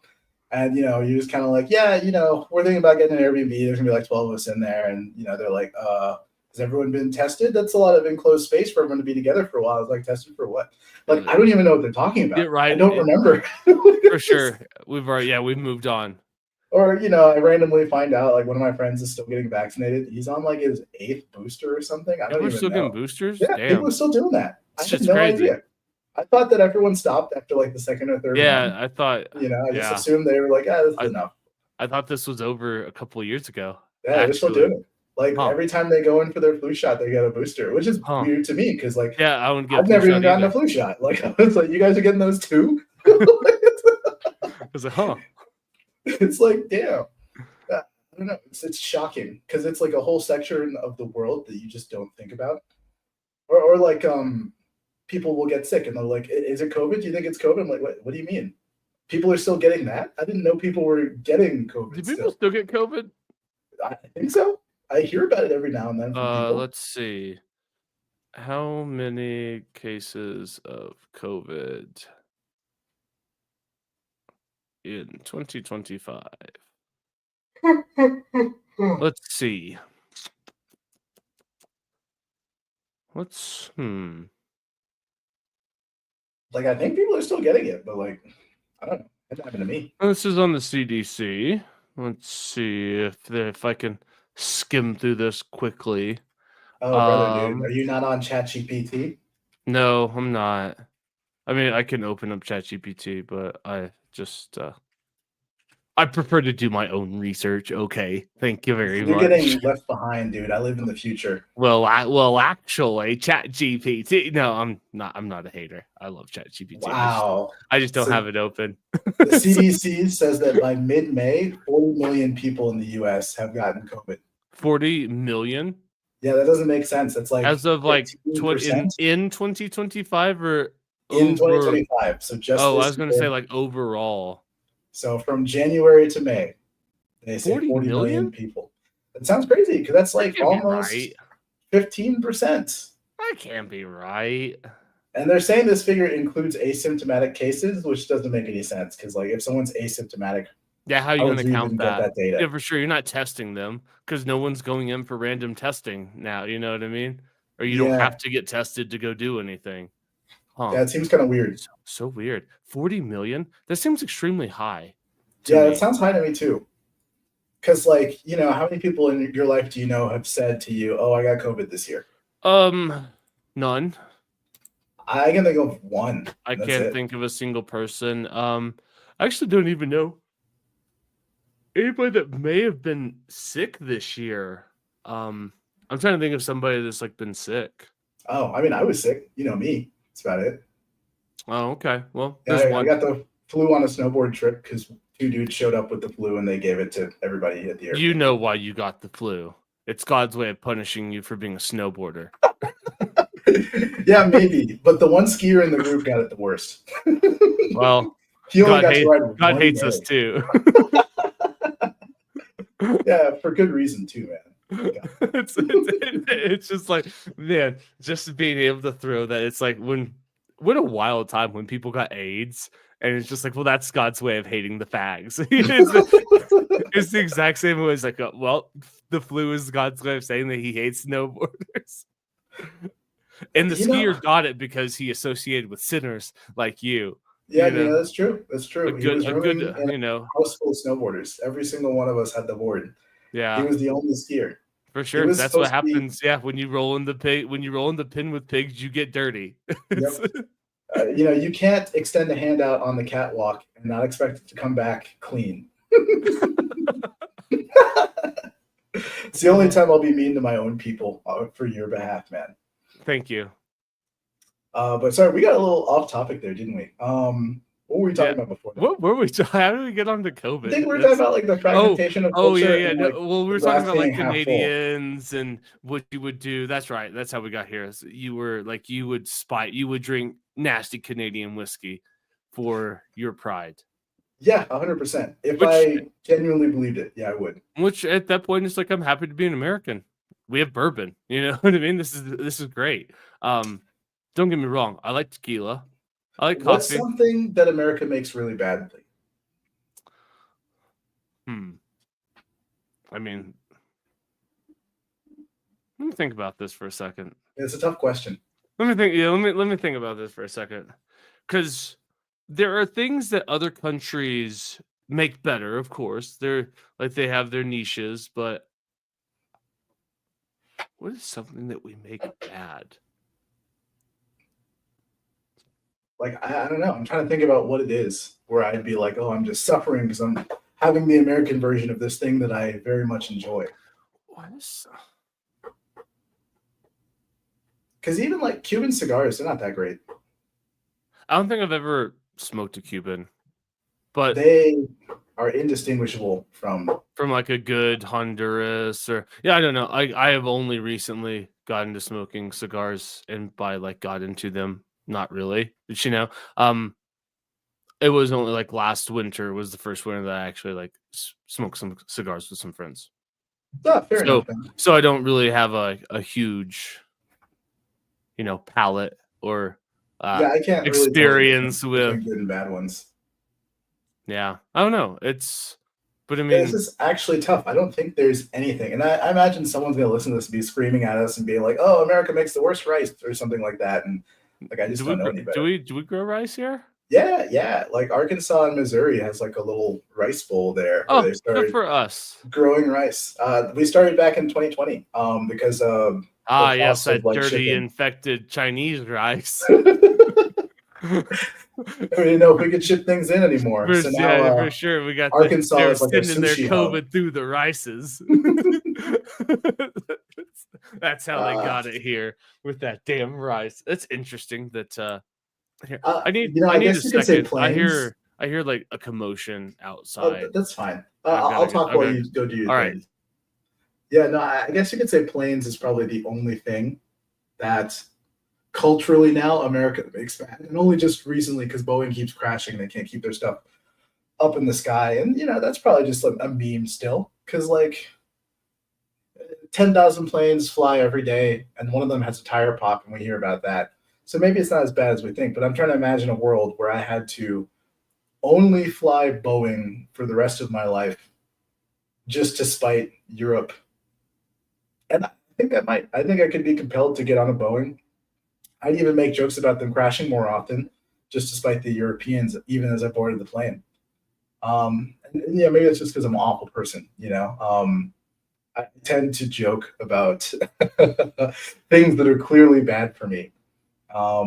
I once got this horrible like viral stomach infection because we were going to Galveston, and I was making fun of my friends because they're worried there's going to be poop in the water, which is a thing that happens here in Texas because of the Mississippi River. All of the silt and like farming debris kind of swirls in the Gulf towards Galveston, so we get poop warnings when there's too much poop in the water. Just as like it's ranching runoff and whatnot. But anyways, I was making fun of my friends because like, what are you guys worried about? It's just some poop. Who cares? And when we got there, I remember splashing water all over my face and in my mouth and being like, see, it's fine. And it was not fine. I had like one of the worst viral infections of my life for the next 5 days after that trip. I could not move. I couldn't do anything other than just be glued to the toilet and have a trash can in front of me. It was awful. So in much the same way, I'd probably get on the Boeing flight and joke about how it's going to go down in flames. And then I'll record a video for Instagram with the wing on fire out the window behind me, laughing and joking about how it's still better than the European plane. That'd be the last thing I'd ever put out. But I would still do it. Bro, that's what's up. What? I caught the end of that. Oh, yeah, I decided that Boeing planes, I would fly only Boeing planes. Just despite the Europeans, man. Yeah, that's fair. I don't have a lot of experience flying on Airbus or other planes because I don't travel all that much. Airbuses are kind of rare here. They're not very common. Yeah. So almost every flight we're on is Boeing anyway. Or some sort of like, were those smaller jets like the Embarkers or whatever? Oh, I mean, yeah. A lot of, you know what I mean? Like a lot of my flights are like Albuquerque to Dallas or Albuquerque to Phoenix or connect, you know what I mean? Albuquerque goes nowhere except to a bigger airport to connect you. So a lot of my flights are, the small little 2-seat planes or like two on each side planes. Oh, I gotcha. Some of those are even still like, actually, I don't know. I'm not enough of a plane doctor to remember what brand makes those. That's fair. But no, that's my only choice. It's the only thing in my brain, and like Boeing is only bad just because of like the media. It's not like there was the whole. I mean, not scary. I know we did like the episode on the rod economy about Boeing, but that I feel like that's not even like I feel like that's more of a story of a captured institution more so than Boeing sucking as a product, right? I mean, for the longest time, there was a saying pilots had, like, if it's not Boeing, I'm not going. And it did have this long history. And yeah, like, sure. So I'm not saying this is great that they lied about the autopilot or the whatever, the thing that forced the rudder down. Yeah. Like, that's not great that they lied about that. And, they pretty much paid off the FAA to streamline that through, and they didn't tell any of the new pilots that were flying those planes about how you troubleshoot this thing. Like, that's not. They told American pilots about it, which is the worst part. Yeah, for sure. What was the two? It was like the Air Ethiopia. Yeah, and I think the other one, Thailand like Lion Air, out of somewhere in one of those areas, Malaysia, Indonesia. Yeah, you're right. But Boeing sweet. I've been chewing on it. Do you have an answer? Like, what is something that we make is this really bad? Because I mean, I can, like I said, I can think of things that other people make better. And I know that, and I just wonder too, in a world where we weren't, if, like, let's say that we are like, go America, no more imports. Now we no more coffee because we can't grow coffee in America. There are things that would be way more expensive. Oh, do they grow coffee in Hawaii? Yeah, it's not nearly enough for the entire country, but well, they do grow coffee. That's fair enough. Okay. But I'm just trying to think, like, there are things that would be way more expensive if you had to manufacture them here. But I don't know of, like, what is something that's just garbage that we make? It's a tough question. There's a time I would have said cars, maybe like 15 years ago. But even now, there's enough decent American cars that, like, I don't feel that way anymore. I mean, Fords are, you know what I mean? Like, Fords are everywhere. I mean, Toyotas are made. Right. Ford's not the best truck out there, but they're not bad. They're all right. They're not bad. Dodge, Chevys, they all have their faults. They all have their own, I mean, they all have their little thing that if you buy them, prepare for an inevitable breaking of this thing. Yeah, they got one thing. And, like, we have Tesla now as an American car company. The self-driving is pretty cool. I mean, a lot of Toyotas are made in this country now. Almost all of them are. But, like, I would still consider, like, to be a foreign car. Yeah, I would. Yeah, that's fair. I wouldn't consider Toyota American as well. That's fair. Yeah, I don't know. I think maybe that's something we'd have to chew on for a while. That might have to be like a question you sleep on and really think about it. Yeah. Because I imagine it'll happen one day in your life where you stumble across something and you're forced to endure the American product. And it's just like, oh my God, these guys. But I don't know what it is. But if we had to be in some situation where we were, like, in a trade war and I couldn't have Japanese whiskey, I'll live. That's fine. I mean, I like Japanese whiskey, but yeah. Yeah, there's almost anything you can put on that. Bourbon is solid, though. Yeah, and, like, I don't, liquor's fine. Like, I'll just drink something. It's fine. Yeah. I mean, it's not even like I don't really drink that often at home. Like, I don't have any alcohol here, and I haven't for, I don't know, maybe a couple months. It just happens like that, So, like, if I had to live with only American, I think it'd be fine. If I had to live with only, like, American popcorn, I don't know. I don't know the difference. Fine. Only fruits that are grown in America during America's growing season. Okay, maybe I don't get any more raspberries or blackberries, which are my favorite fruits. There's a lot of raspberries and blackberries from Washington, Oregon. Oh, I didn't know that. Okay, well then, that area. I guess I'll get to eat them then. Wait, blueberries from Washington. The blueberries I don't like so much. It's the blackberries and raspberries. They're A-tier fruits. Blackberries. Oh, dude, it's the best fruit in the world. I don't know why I wasn't fed them more as a kid, other than the fact that they're expensive. If it's not for that, it's fantastic, dude. Because I'll just buy one of those, like, little packets, and I tell myself I'm just gonna have a little bit, put them back in the fridge. I eat the whole thing at once. For sure. It's impossible, dude. Oh yeah, there's, like, one of my fond memories of working up on the mountain is there's a bunch of wild raspberry bushes up there, and there's always this, like, cherry time in the, like, now that and we all know the spots, right? And so at the right time of the season, we'll all be riding our bikes and we'll just pull off to the side and just gorge ourselves on these wild raspberries, and they're so good. That's so wholesome, dude. That's the most wholesome thing I've ever heard. Because people do all sorts of degenerate stuff when they're like riding bikes or snowboarding. They're like, "Oh, we're gonna pull off and smoke some weed. Oh, we got some recreational ketamine," and you're just like, "Oh, we're gonna eat some berries. Gonna have some berries in the woods, guys. It's cherry time." For sure. There's some wild strawberries that grow, but they're so little. And when you find them though, it's like what a treat. Like every time I find one of those little strawberries, I understand, like it transports me to a time where how I imagine being an early human or ancestor of what will become humans, like when they stumbled across fruit and like that dopamine sugar hit. It's like, oh, what is that? It's like every time I eat it, I'm like transported to the cave period. It's like, oh yes, the sweet. It's like, or what's the like Sid in Ice Age is like the last dandelion. So that's how I feel.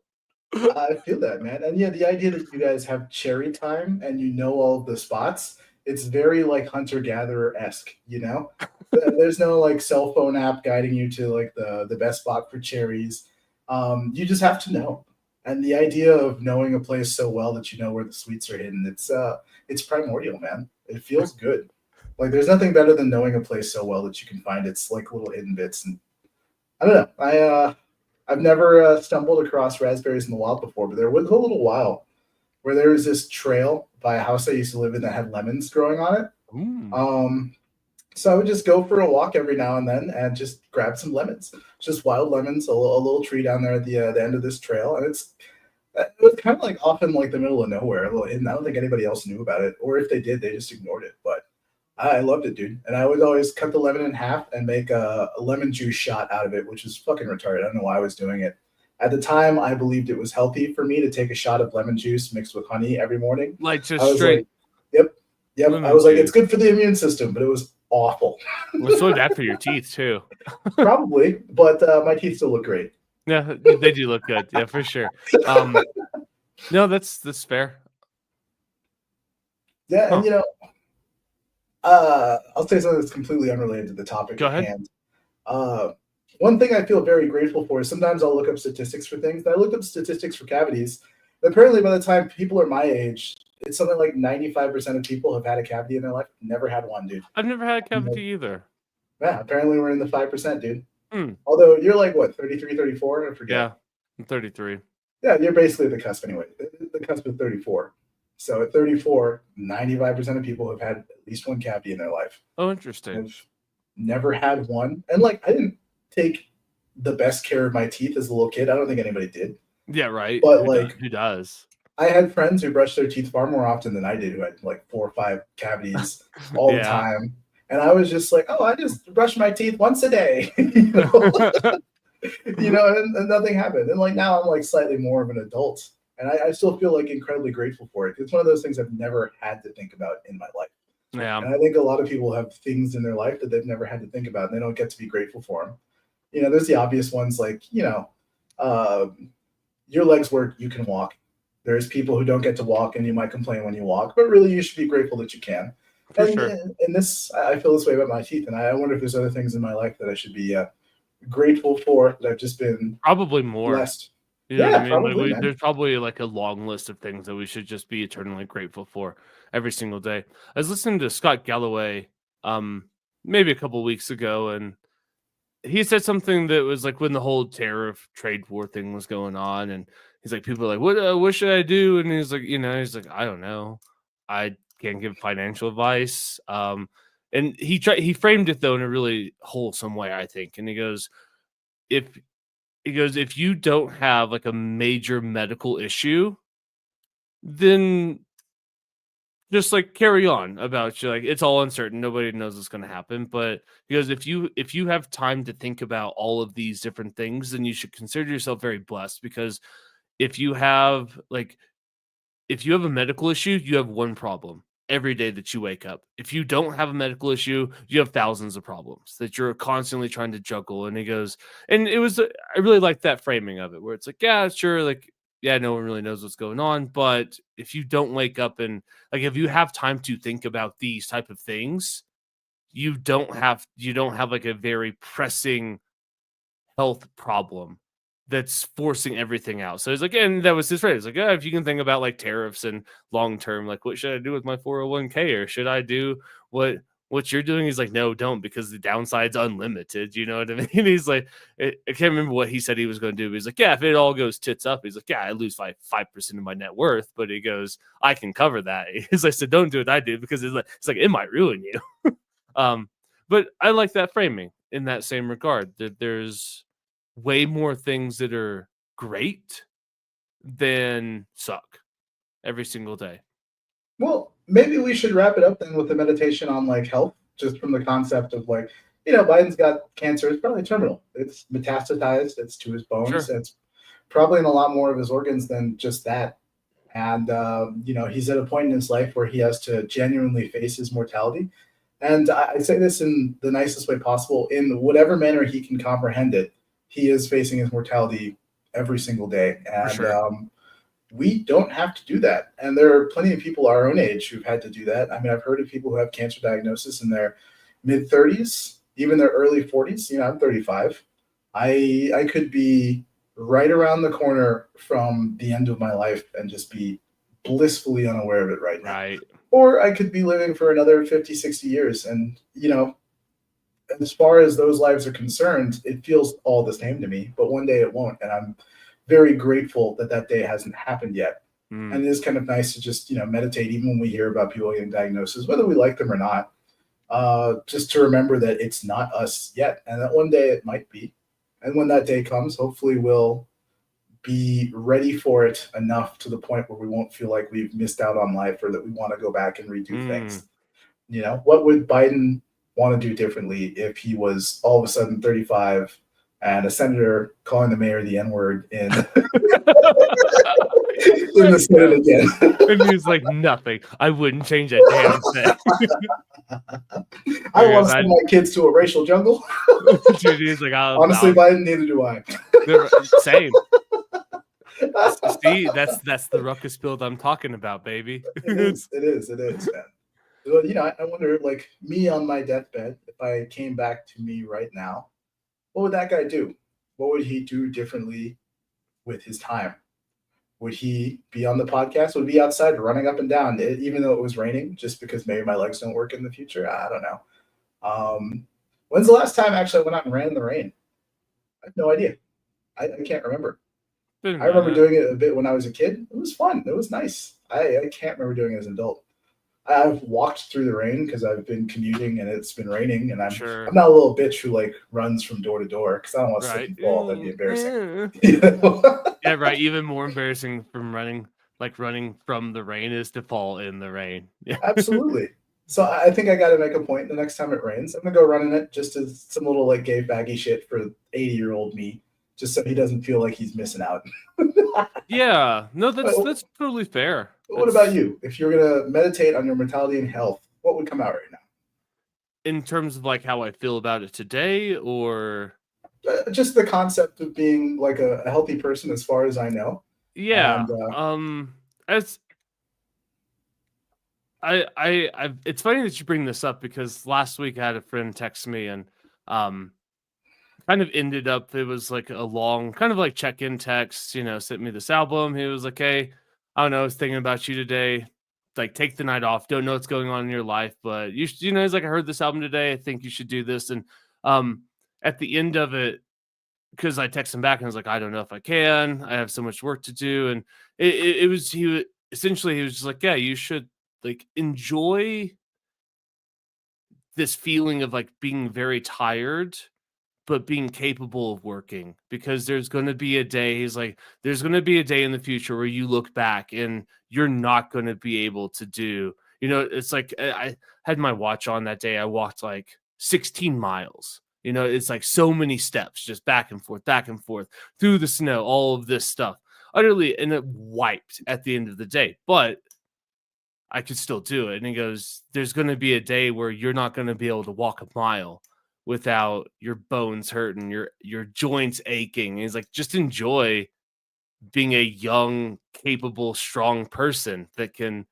move totes of dirt and walk and so the last week I've had a nice perspective change for that reason, because it is a blessing to just be able to work all day.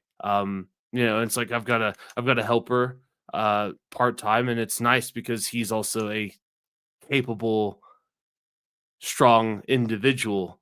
And it's, you know what I mean? It's nice that like the two, like how much work we can get done. And there will be a day that we can't.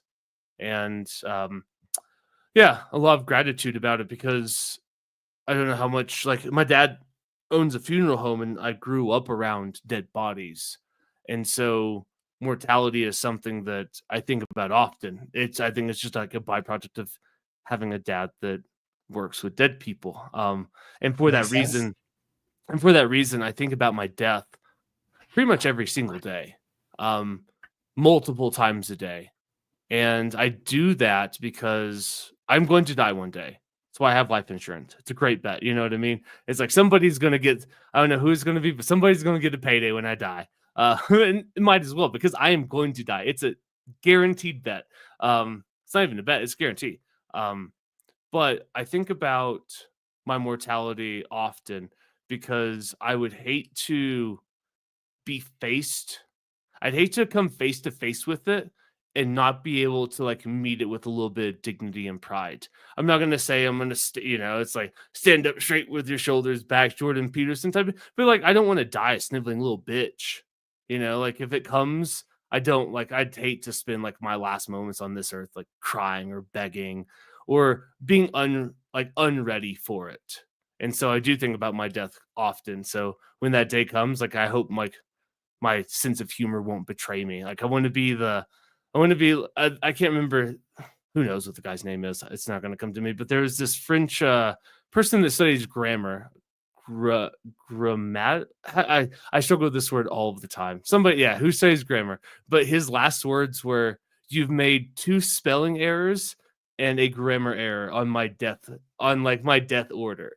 And those are his last words. And then they put his head in a guillotine. They chopped it off.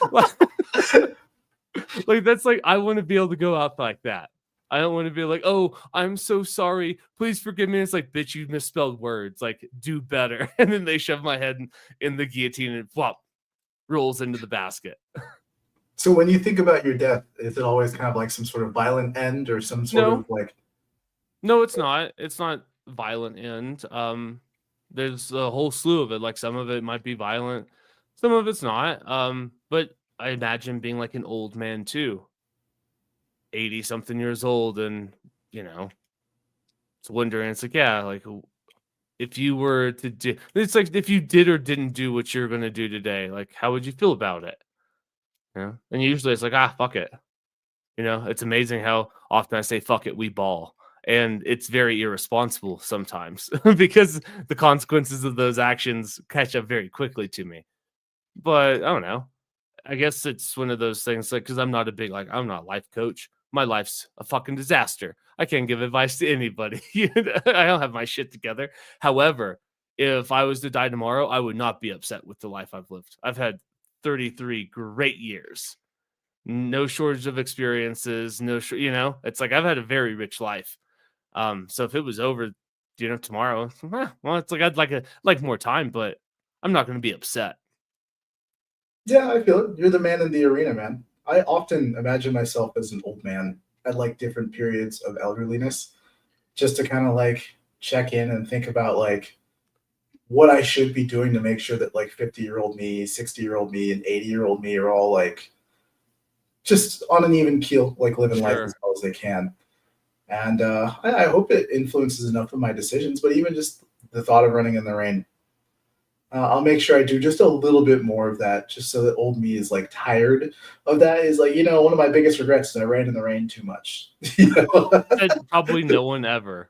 Exactly, but like I think that's the goal because there's I'm sure you've seen like the clickbait articles of like 5 regrets that every old person says on their deathbed, and you read them and it's all just dumb bullshit.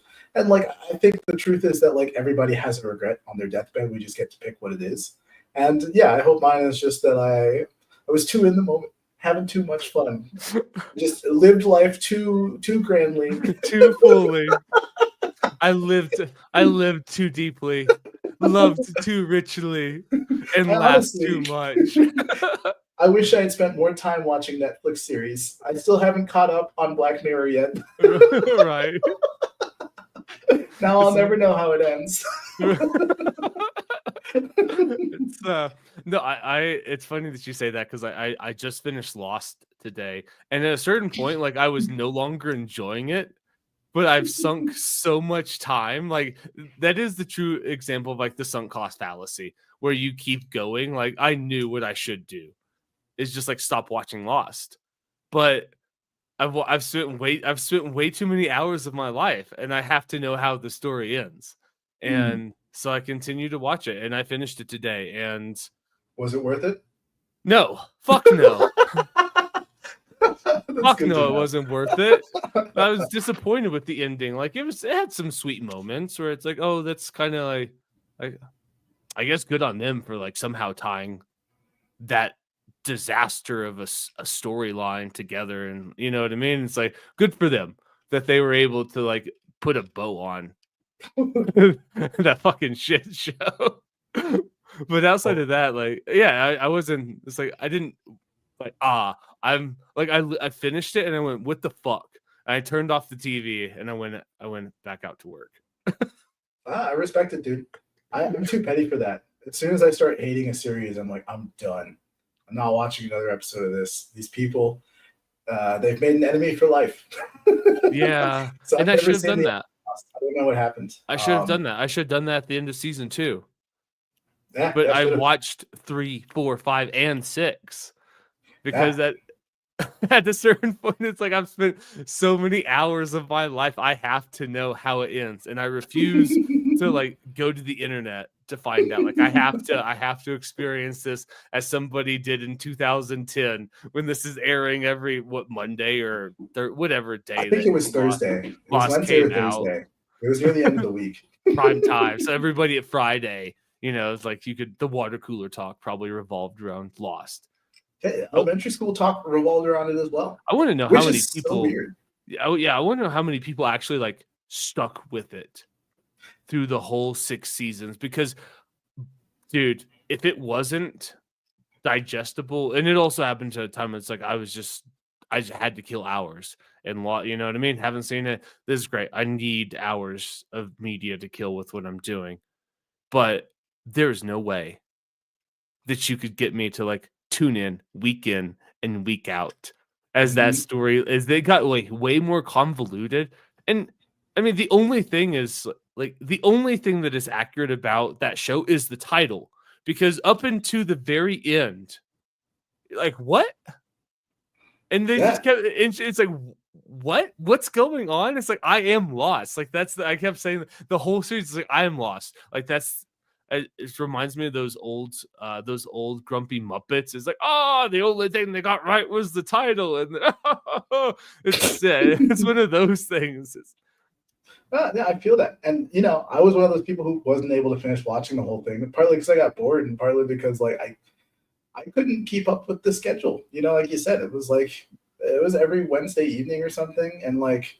I know I had soccer practice on some days, and then like CSI was on at the same time. It's like, am I really gonna watch this? And I was lost too. I was like a kid. I didn't know what's going on. For sure. It was like in high school, and I was like, I'm not gonna keep watching this because it started when I was in elementary school. That's in middle school. That's in high school, and I'm like, I can't. I have a life now. Yeah, and it's one of those things that I watched every single episode, and I still had no idea what was going on. So I can't imagine. Actually, you know what? I feel like I would be no more informed if I missed like half a season and jumped in and be like, what's going on? I don't know. I feel like, you would be equally lost. Like, if you missed a week, it'd be like, what? I don't know.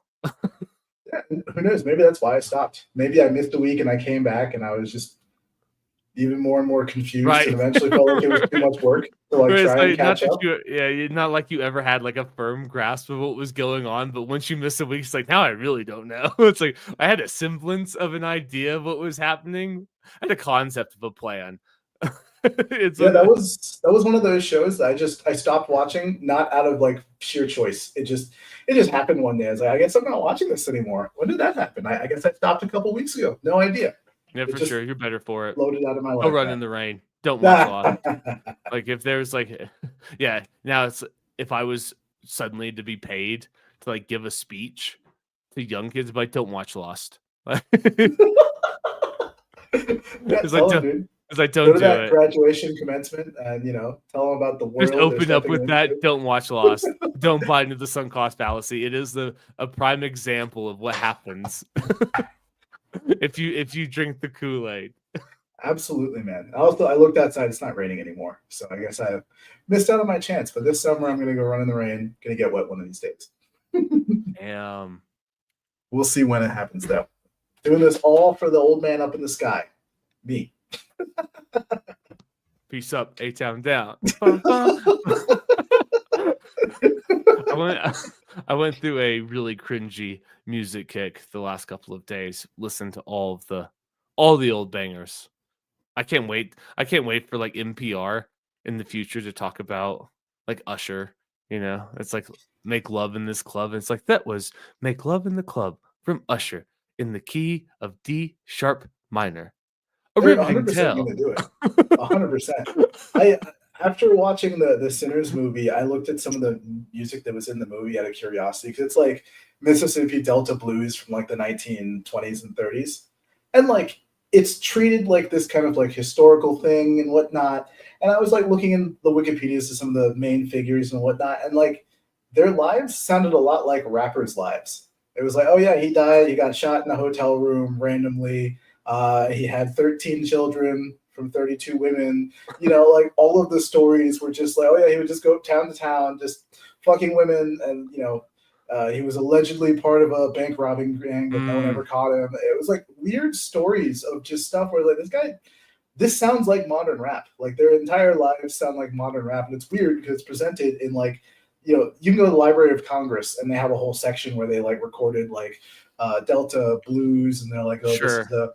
a cultural staple of America. And it's like, the guys they were recording, you look at their lives, I'm like, this isn't, I understand why like all the preachers were like, yeah, that's devil music. Like I get it. For I get sure. it. None of y'all were living good lives, man. It's like the same Right. vibe. I was all you gonna need. say, like, without knowing the context of that movie, it's like nothing's changed, brother.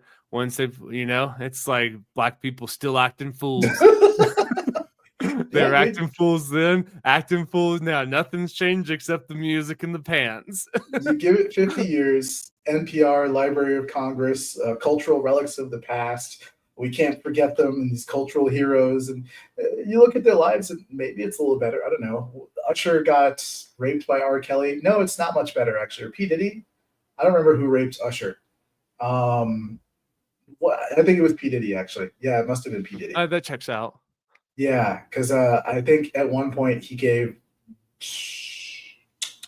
Justin Bieber to P. Diddy. And he said he remembered being raped by P. Diddy as well. Yeah. Yeah, he had the whole Oprah interview. So yeah, maybe things have gotten a little different, but not that much different. No, it's still all power, gatekeeping, Negroes acting fools. Absolutely. Terrorizing the nice white folk. Are you gonna hard R us on the way out? No, I'm not. Let's you know what I mean? It's like I won't either because I don't feel comfortable saying it. That would, but also it's like I don't know. That's for me, and that's for like it's like I'm not gonna throw that out there because that's not for everybody. That's for me and the people that that know me in real life. That's not for the internet. Fair enough. We don't want them to get the wrong impression about who we are, right? I mean, I think they've probably got a pretty good one at this point.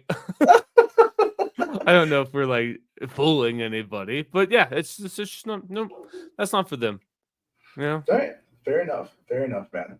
Damn, that's crazy. Yeah. Usher, yeah, that's all that stuff. That did trial. It's wild. I think I'll say this and then we can hop off.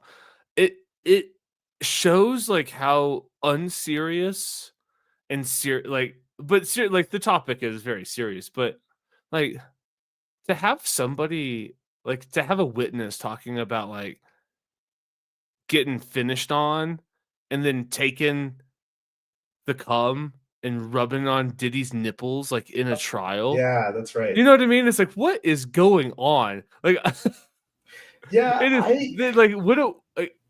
It just makes it like when I heard that recap, I was like, what is the juror supposed to do with that? Like, how is that relevant to the, and I'm sure that there was a reason that was told, but if I I'm a can't think. juror and I'm sitting there and I hear that, I'm guilty. Like, he's guilty of being weird. So we're just going to go ahead and like slap all of those charges he's guilty for him because that is just weird. I don't Get know, another man. dude's cums ripped on your nipple. It's like, nah, you don't belong in society. You belong in the cage with all those other animals.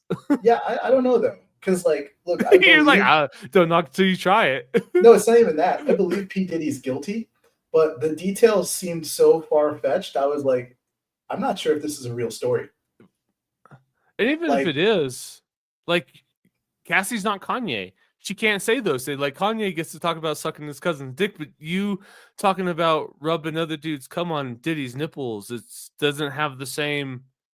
I don't know. We don't have like, you know what I mean? Like, we don't have the same like sympathy or like openness to it. It's just like, that's weird.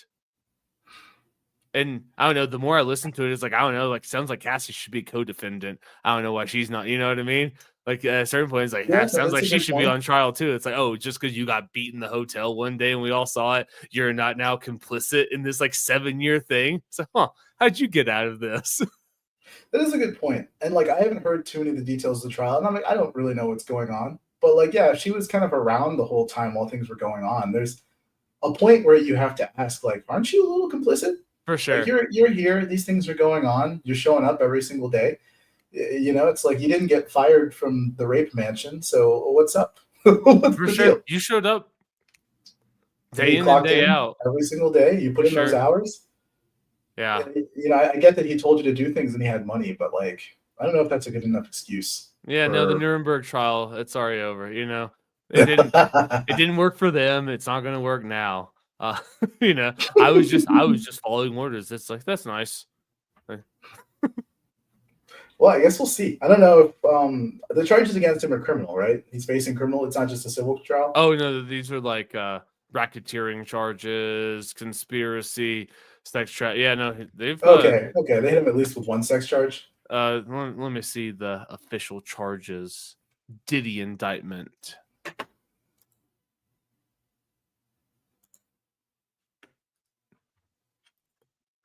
Oh, I'm not gonna actually read the whole thing. Don't give me the actual summary. Let's see. Charged with sex trafficking.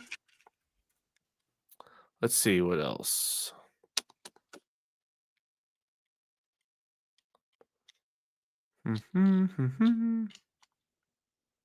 Oh, wait. Actually, these are all civil lawsuits. What the fuck? Wait, he's not being criminally charged? So he's under federal investigation, but they haven't levied any federal charges against him.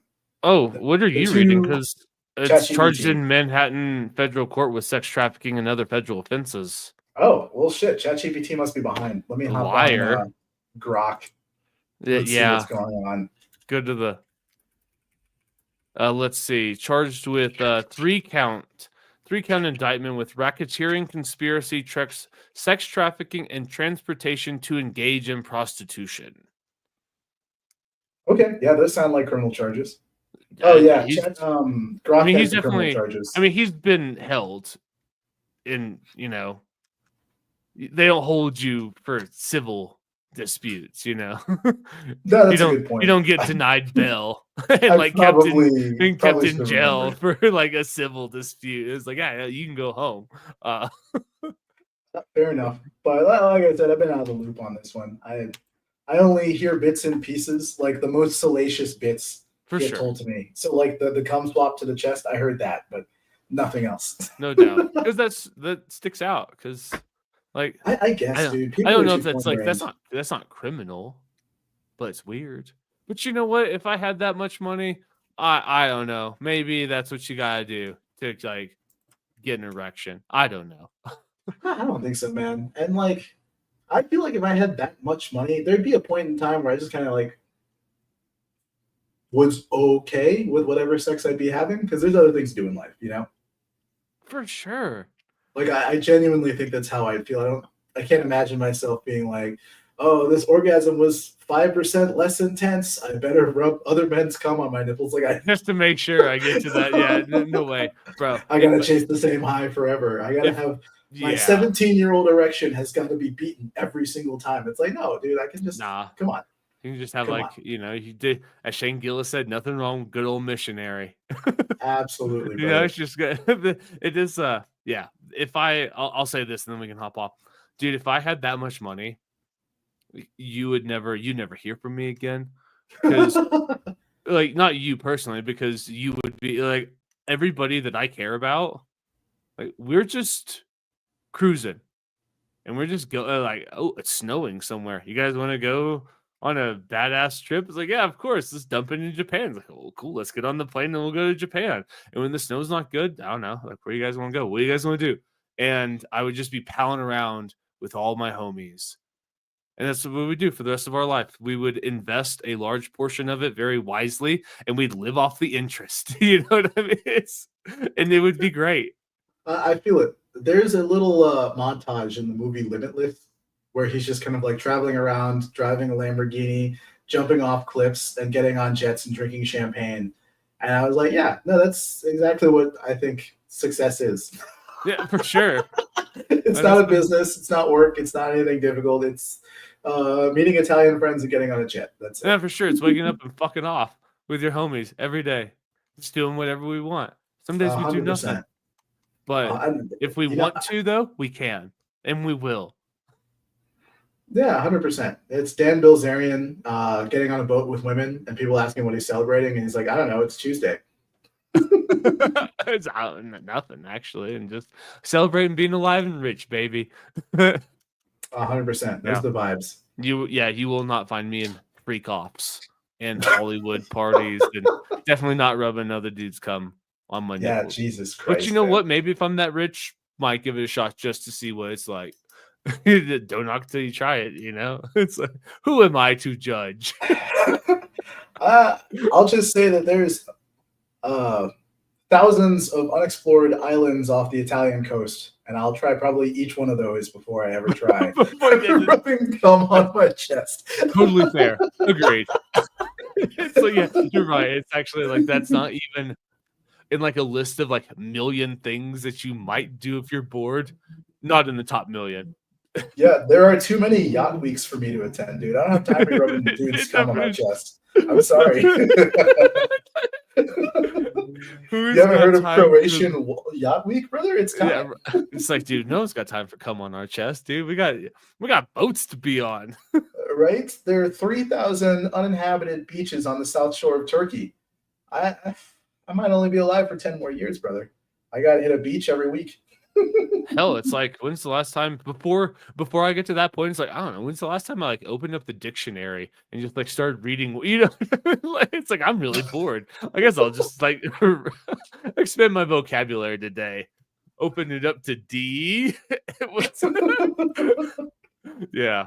Well, thank you for listening to Against the Mob podcast. We're a very serious podcast to talk about very serious things. Hopefully Logan's crisis will be resolved and we'll be back in a more regular schedule.